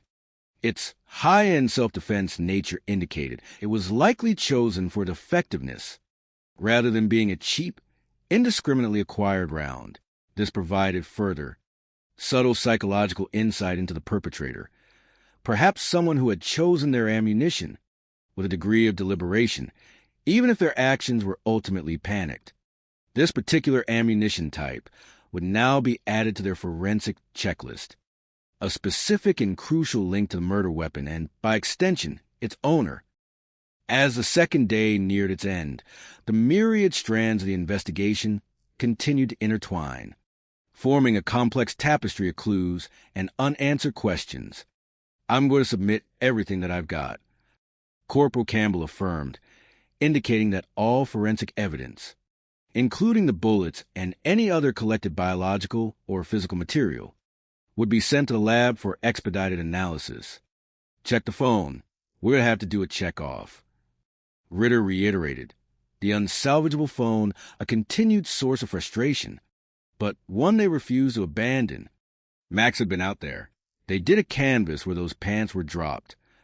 He reviewed the efforts of the canvassing team, acknowledging their diligent, if frustrating, work. We've got so many things going on. It's just crazy. But we don't have that person that we're looking for yet. The words encapsulated the paradox of the early stages of a complex homicide investigation. A deluge of activity, an abundance of collected data, but the elusive human target, the killer, remained maddeningly out of reach. In a voice-over narrative, summarizing the initial efforts, the complexity of the case was distilled for public understanding. In the first 48, Tulsa Homicide responded to murder of Jim Rosenlieb, discovered he was shot by someone who broke into his home through a window. The core facts were laid bare. The narrative then outlined the key investigative pathways that had emerged. Learned Jim recently had work done on his house by a tree trimming service and found an abandoned pair of jeans and cell phone near the crime scene. These were the primary threads, the slender but tangible connections to the unknown perpetrator. The initial 48 hours, often considered the most critical window in a homicide investigation, had yielded direction, but not yet resolution. The next day, as the sun again climbed into the sky, casting its relentless light on a community still grappling with the shadow of fear, a new lead, an unexpected gift, arrived. It didn't emerge from their own diligent canvass or forensic analysis, but from the collaborative network of law enforcement, a testament to the synergistic nature of interdepartmental cooperation. The next day, a lead comes in from the burglary unit. This was a significant development, a horizontal flow of information that often proved crucial in connecting seemingly disparate criminal acts. Yesterday, around 9 o'clock in the morning, we got a black male and a Chrysler 200 Blue doing burglaries. The intelligence was specific. A black male, a Chrysler 200 Blue car, and a pattern of recent burglaries, a vital nexus for their current investigation.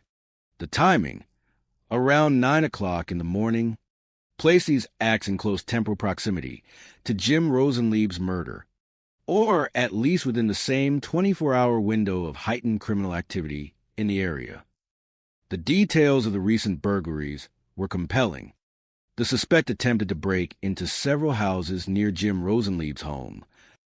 This geographical proximity was a red, flashing light, connecting the potential burglar directly to the victim's neighborhood, underscoring the potential for a nexus. One incident in particular offered a chilling glimpse into the perpetrator's methodology and occasional caution. One address, he sees the camera and leaves. This displayed a degree of situational awareness, an understanding of potential detection, and a willingness to abort a plan if observed. It suggested a cunning individual, not entirely driven by blind, panicked impulse. However, the subsequent act demonstrated a rapid shift in target and a renewed determination. But right after that, he goes to this address 52nd Street, throws a brick through the patio, and then the female homeowner, whoa, then she sees him get in that car and leave. This sequence was critical. The immediate, aggressive reattempt after being deterred by a camera, culminating in a brick through a patio door, demonstrated an opportunistic yet determined streak. The direct witness, the female homeowner, had observed the black male and the Chrysler 200 Blue vehicle. This was not merely circumstantial. It was a direct eyewitness account. Ritter, hearing these details, immediately grasped the profound implications. So you're talking the same part of town. His voice conveyed the sharp intake of new energy, the revitalized focus. The pieces were beginning to connect with a chilling precision. I think this leaves a lot better than anything else we have right now. White's assessment was clear. This new lead, coming from a pattern of recent burglaries in the same area, with a distinct suspect and vehicle description, superseded all other avenues of inquiry, including the now frustratingly dead cell phone. The burglary unit, in a spirit of excellent interdepartmental collaboration, then provided crucial visual evidence. The burglary unit sends over surveillance video of the burglary suspect, Here's the old feet where this kid walks up, sees a camera, and turns around.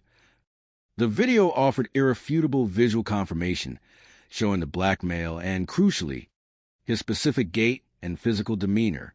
They also sent over a clear picture of the suspect vehicle. This visual data was invaluable, shifting the hunt from a general description to a specific, identifiable car. Ooh, that's good. I like that. Ritter expressed a rare note of genuine excitement in his professional tone. The image of the car, specifically, had a unique identifier. Ooh, and he's got a hubcap that's missing. This single, distinctive flaw, a missing hubcap, transformed the generic Chrysler 200 Blue into a uniquely identifiable vehicle, a digital fingerprint for a car. We need to find that car. Yeah. White emphasized, the immediate priority crystallized. Locate the car, locate the suspect. The car was not merely a mode of transport. It was a rolling piece of evidence, potentially containing fibers, DNA, or even the murder weapon itself. Despite the tantalizing similarities between the burglary suspect's activities and the circumstances of Jim Rosenlieb's murder, the detectives maintain a cautious analytical perspective. I don't know that it's necessarily related, but it fits the scenario of what we're looking for. Ritter's words highlighted the careful distinction between strong correlation and confirmed causation, while the geographical proximity, the method of entry forced, and the description of the individual and vehicle fit the larger burglary gone wrong scenario. Direct evidence definitively linking the specific suspect to Jim Rosenlieb's murder was still missing. So we're going to need to get out there and find that car. The call to action was immediate. The team fanned out, their patrol routes subtly shifted, their eyes now keenly attuned to a specific make, model, color, and, critically, a missing hubcap. This is not parking up here. Kennedy, one of the detectives, muttered to himself, meticulously scanning parked vehicles. The search was painstaking, street by street, block by block, a testament to the methodical grinding work of police detection. Then a breakthrough. Kennedy spots a car matching the suspect vehicle at an apartment complex. The distinctive blue Chrysler 200-1 hubcap stood almost brazenly in a parking lot. Is that the car I'm telling you? We want to stop. Ritter confirmed, his pulse quickening. The car was found, a significant step. However, a crucial tactical decision followed. Let's get a marked unit to do it, though. Employing a uniformed patrol car for a traffic stop was a standard operating procedure, reducing potential confrontation, establishing authority, and ensuring a safer interaction. Try to find a traffic violation. The instruction was practical and legal, a pretext stop, allowing them to engage with the driver lawfully. The traffic stop ensued, and the driver was apprehended, but the initial visual assessment of the individual behind the wheel was disappointing. The driver doesn't look like the suspect in the surveillance video. The immediate identification was negative. While it wasn't a match, the car remained a valuable piece of the puzzle. All right, cut him loose, Ritter instructed, adhering to the principles of lawful detention, without a direct match to the suspect or any other probable cause. The individual could not be held further. We don't know if he's related or not. That car is close. He could be associated if he's related. Who knows? The possibilities, though slim, remained. Perhaps the car was shared or borrowed, or even recently purchased. The car, however, retained its investigative value. Let's go ahead and keep an eye on that car, because there's a good possibility that other people have been in and out of it. The decision was made to place the car under surveillance, to observe who else might drive or interact with it. The interdepartmental cooperation continued, a hallmark of effective policing. If you want them called burglaries, then they can assist us. White suggested, realizing the manpower demands of shadowing the car. The chief agreed. We're in need help. We don't have the manpower. The practicalities of a complex investigation, especially when pursuing a dynamic lead like a car under surveillance. often required additional resources. We're going to be running out of leads. The urgency in the chief's voice was evident. I think that's a great idea. White affirmed, what's the worst that's going to happen if we don't get anything? They're going to catch them on. Some burglaries. Right. The underlying logic was sound, even if the specific suspect wasn't Jim Rosenlieb's killer. A prolific burglar in the same area was a menace that needed to be apprehended for the safety and security of the broader community. The tactical discussion concluded with a pragmatic assessment from Ritter. What do you think? I think they're burglars. I don't think they did your murder. His intuition, again, played a role. He believed in the efficacy of apprehending burglars, but had a hunch this specific car and its initial driver were not linked to the murder. White agreed, offering his reasoning. I agree with Justin. I don't think he does a murder. And the very next day continues the first recent update. I think he's definitely the first of your burglaries, but I'm not saying you shouldn't do it. The psychological insight here was key. A murderer, especially one who had panicked, would likely go to ground rather than continuing to commit burglaries with the same, easily identifiable vehicle. Such brazenness was often characteristic of habitual burglars, not murderers operating under the fresh weight of a fatal crime. Ritter provided the chief with concise update, synthesizing their findings. We think we have found the car. The person that was in it was not matched to the guy from the surveillance video. He outlined the plan for continued surveillance. We're going to go ahead and continue to watch it, and maybe he'll go ahead and do another burglary in that car. The hope was that continued observation might lead them to the true driver's scene in the surveillance, or indeed capture another burglar, a win regardless. He then offered a disheartening setback. So I don't know. We really don't have anything to directly relate anybody to this right now. The candor was refreshing, though bleak. The lead, while promising for burglaries, wasn't yet yielding fruit for the murder. He also confirmed the unfortunate fate of a crucial piece of evidence. That phone we found in the pants is unsalvageable, so that's going to be a dead end. The forensic analysis had confirmed their fears. The water-damaged phone was beyond retrieval, closing a critical investigative door. I'm kind of at a loss. I don't really know.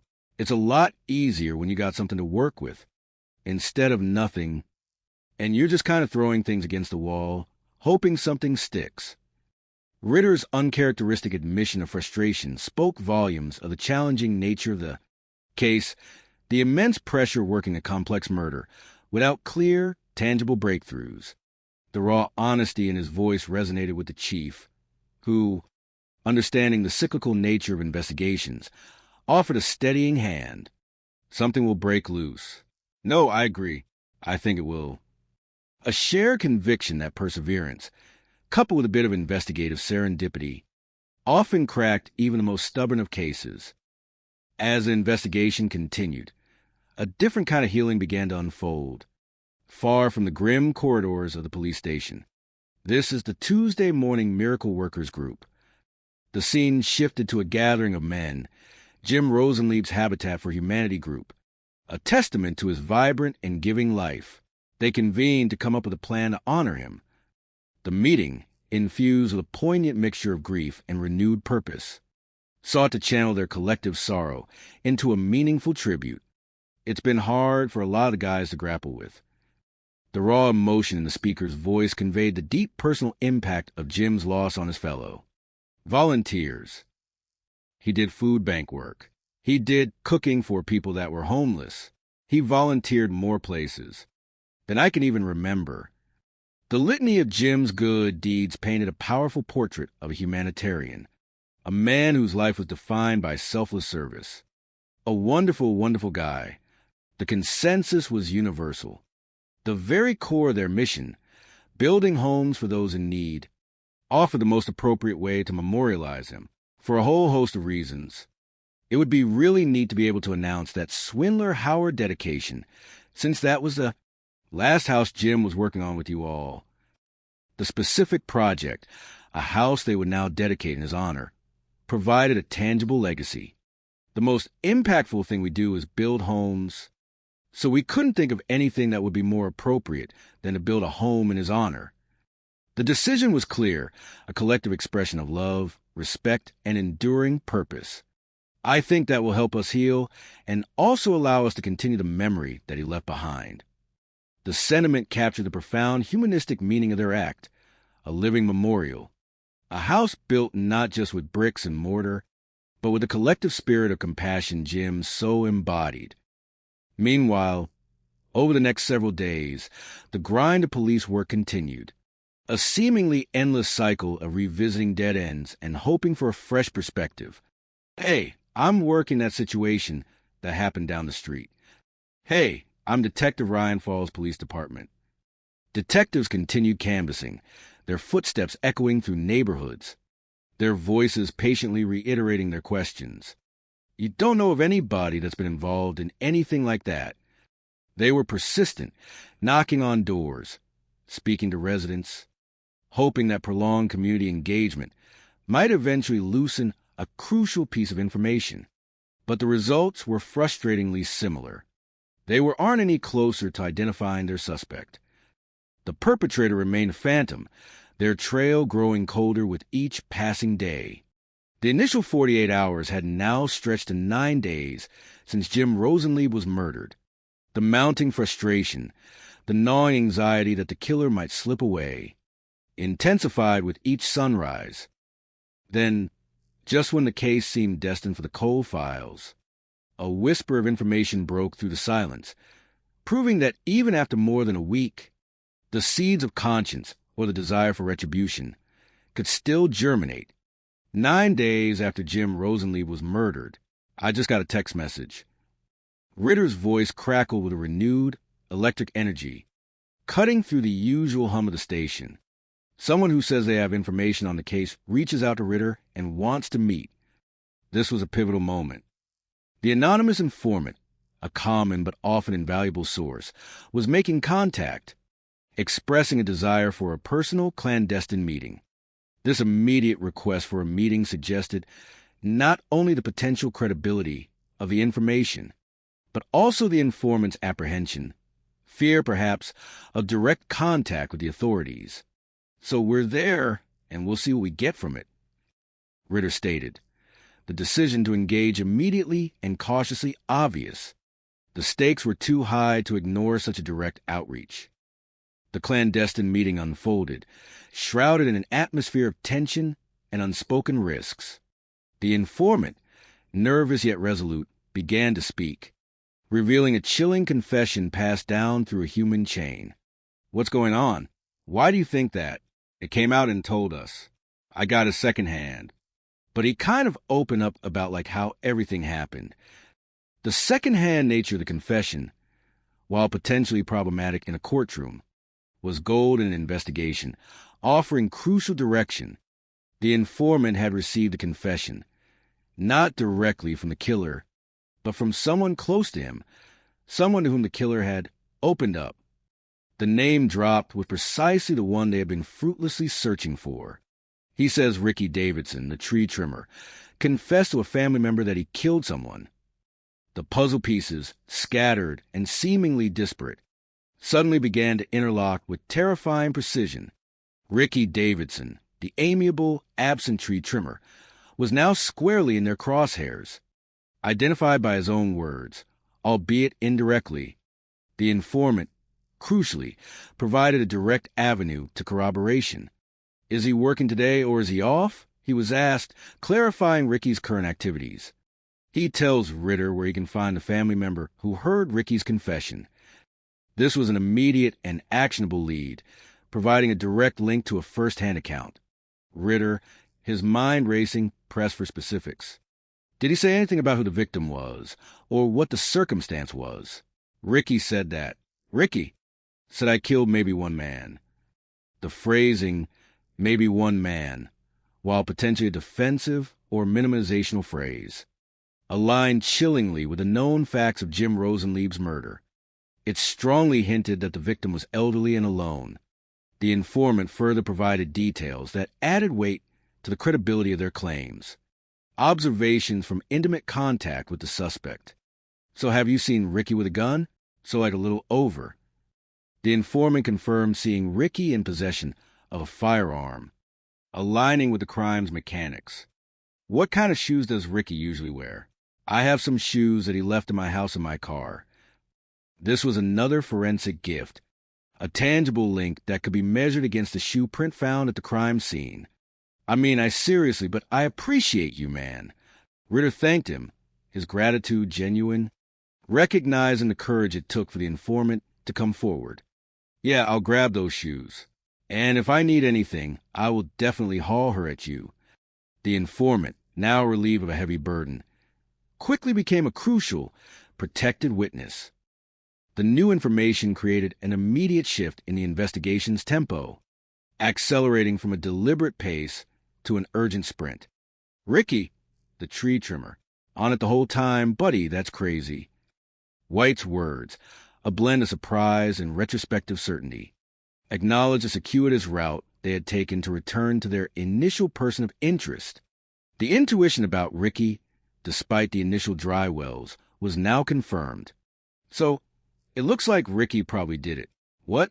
I said, well, what do you say he did? He said killed the 80-year-old man. The precise match to the victim's age was damning, solidifying the connection. Ritter, now armed with highly credible intelligence, wasted no time in relaying the breakthrough to Chief Jordan. I have some good news, sir. That is good news. I'm thrilled.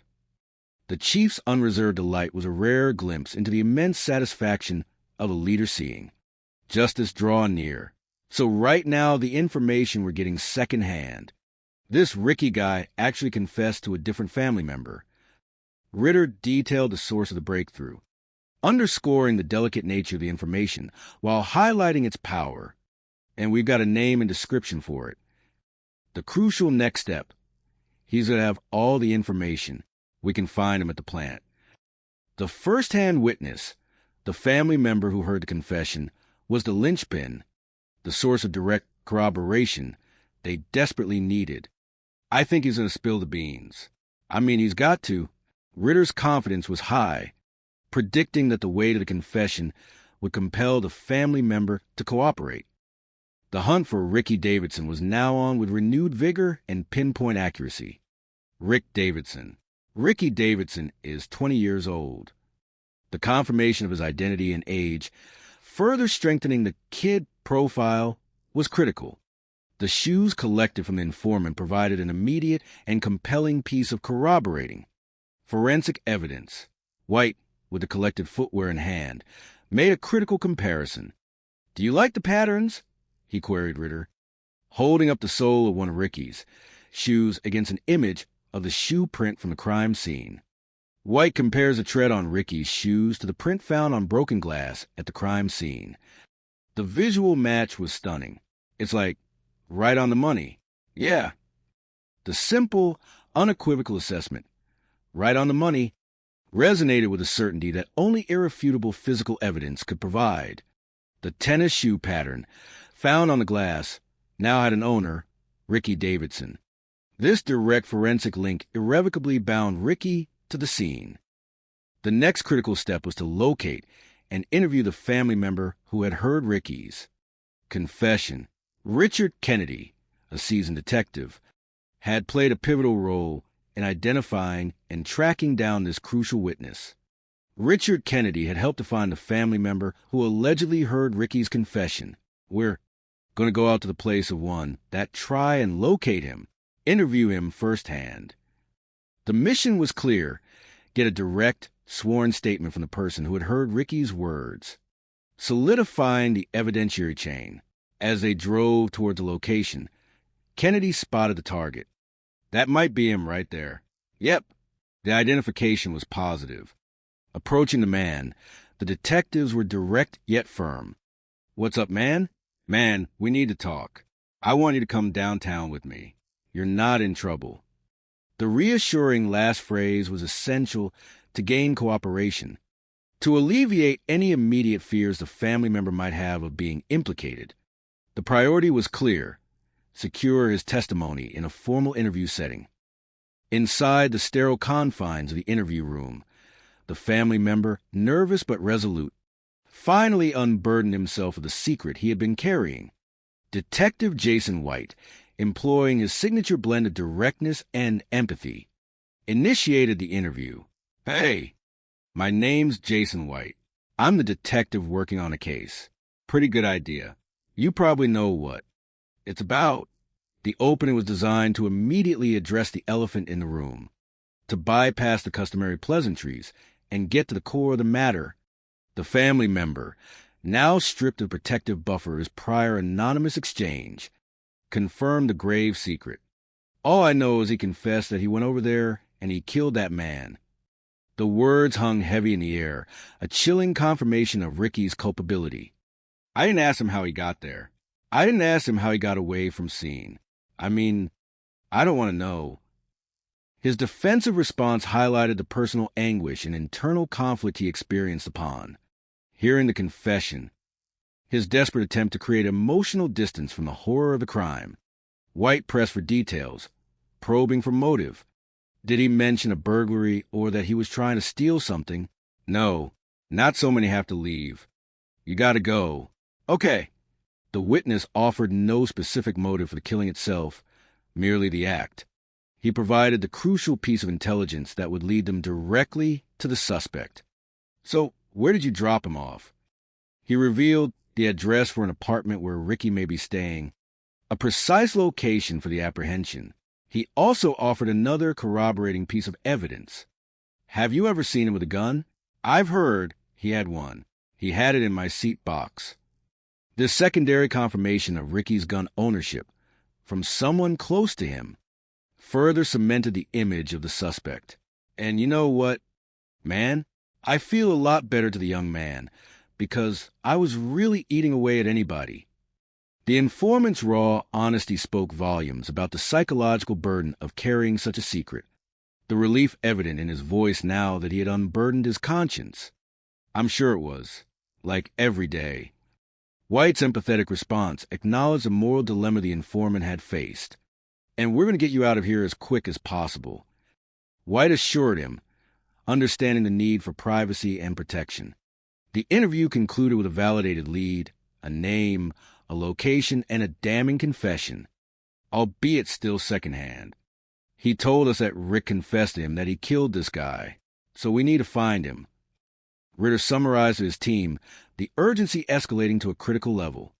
"Hopefully, when we get our hands on him, it's going to be one of those situations where he's apprehended safely and doesn't do something stupid." The apprehension of a murder suspect, especially one prone to panic and violence, always carried an inherent risk. The primary goal was a safe capture for both the officers and the suspect. "All right, let's get him. All right, let's go." The order was given, and the team mobilized with swift, decisive action. The team descended upon the apartment complex, the air charged with anticipation. Ricky Davidson, the missing tree trimmer, the suspected murderer, was within their grasp.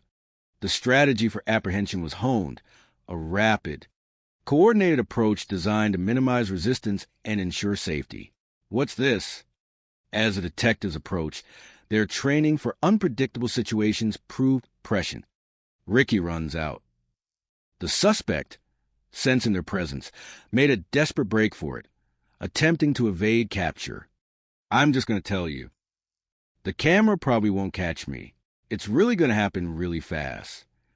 A detective muttered, aware of the speed and chaos of an attempted foot pursuit, but equally resolute.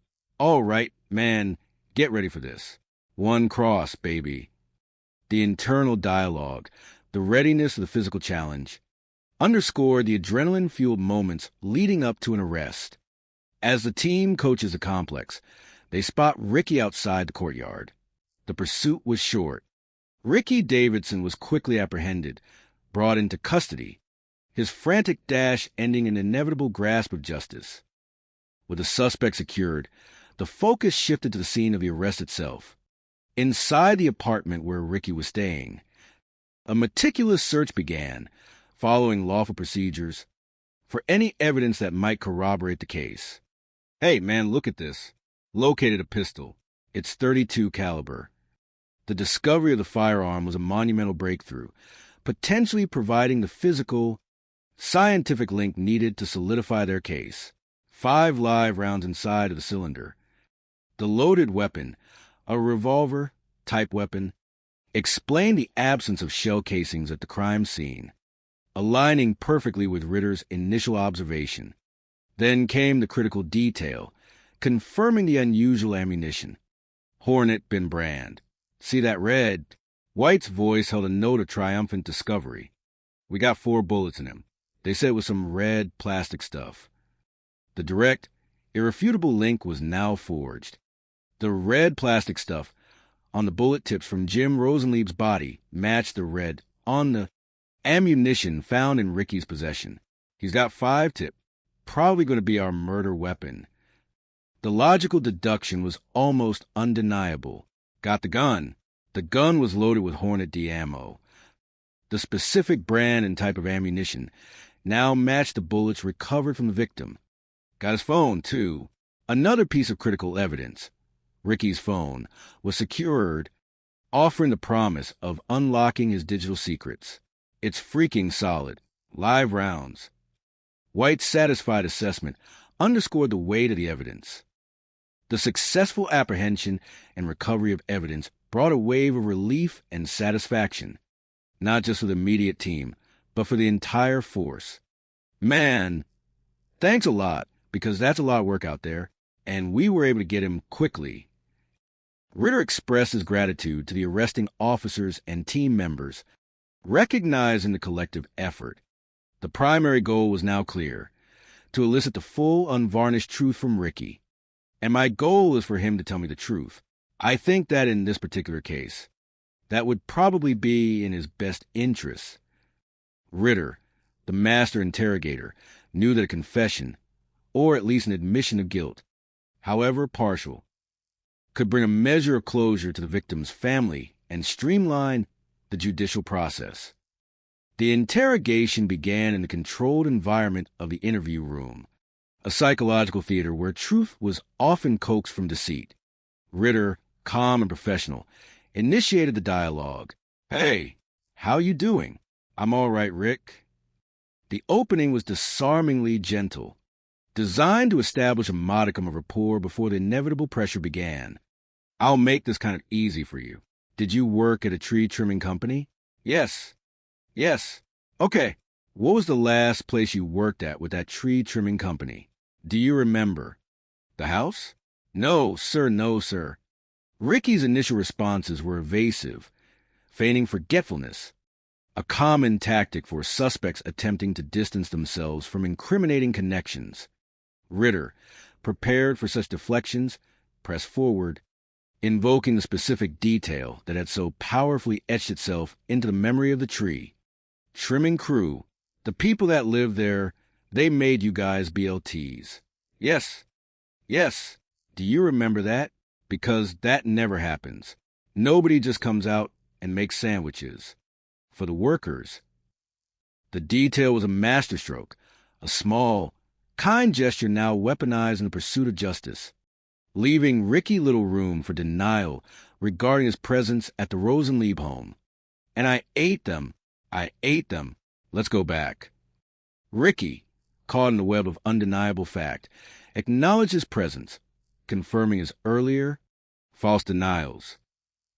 The focus then shifted to the crucial hours of the murder. So, a week before Sunday night, where were you? Ritter queried, directly probing Ricky's alibi for the time of the crime. Right up the street. I had a female's place, that's it. Ricky offered a vague, uncorroborated alibi, a common, easily verifiable or debunkable claim. What's her name? Ritter pressed, the seemingly innocuous question a direct challenge to the veracity of the claim. This is starting to get weird and uncomfortable. Ricky's resistance began to mount, the feigned nonchalance dissolving under the weight of specific questions. It does when you lie, Ritter stated, his voice devoid of judgment, simply stating an objective truth. I'm not lying, though, Ricky insisted, trapped in a rapidly tightening narrative. Well, Then just tell me the female's name. This is crazy. Why are you asking? His protest grew more frantic, his body language revealing increasing distress. Okay, here's the thing. We've already talked to everybody. And we've already know with the shooting that you were involved in. But no, I haven't. Listen to me. Ritter, sensing the unraveling, intensified the pressure, indicating the comprehensive nature of their investigation. And then he dropped a bombshell. I want you to just listen to me. Well, it has something to do with you, because you shot and killed a man. The direct accusation, delivered with measured authority, left no room for doubt or further evasion. No, I didn't. Ricky's immediate, almost reflexive, denial was a classic defensive maneuver, a desperate attempt to create a psychological distance from the horrific act. Ritter moved swiftly to address the evidence directly linking Ricky to the murder weapon. Where'd you get the gun that you got? What gun? The revolver that we've already collected. That's not mine. Ricky's continued denials were met with irrefutable facts. It's in your clothes. It's in your clothes. It's not mine. Come on. I don't know about this. Murder. The repeated denials, even in the face of physical evidence, highlighted Ricky's profound cognitive dissonance, or a desperate, pathological inability to admit culpability. Ritter then pivoted to the informant's confession, revealing the internal breach in Ricky's own circle. You've told people. You've told several people. Told what? That you killed the old man. The precise wording of the confession, now thrown back at Ricky, was designed to create internal conflict, to break down his resistance. I never get anyone in my life. Ricky's continued. Fervent denial stood in stark contrast to the overwhelming evidence. Ritter, switching to an emotional appeal, painted a vivid, empathic picture of the victim, Jim Rosenlieb. Do you know this guy that got killed? Let me tell you this. I'm gonna tell you about him.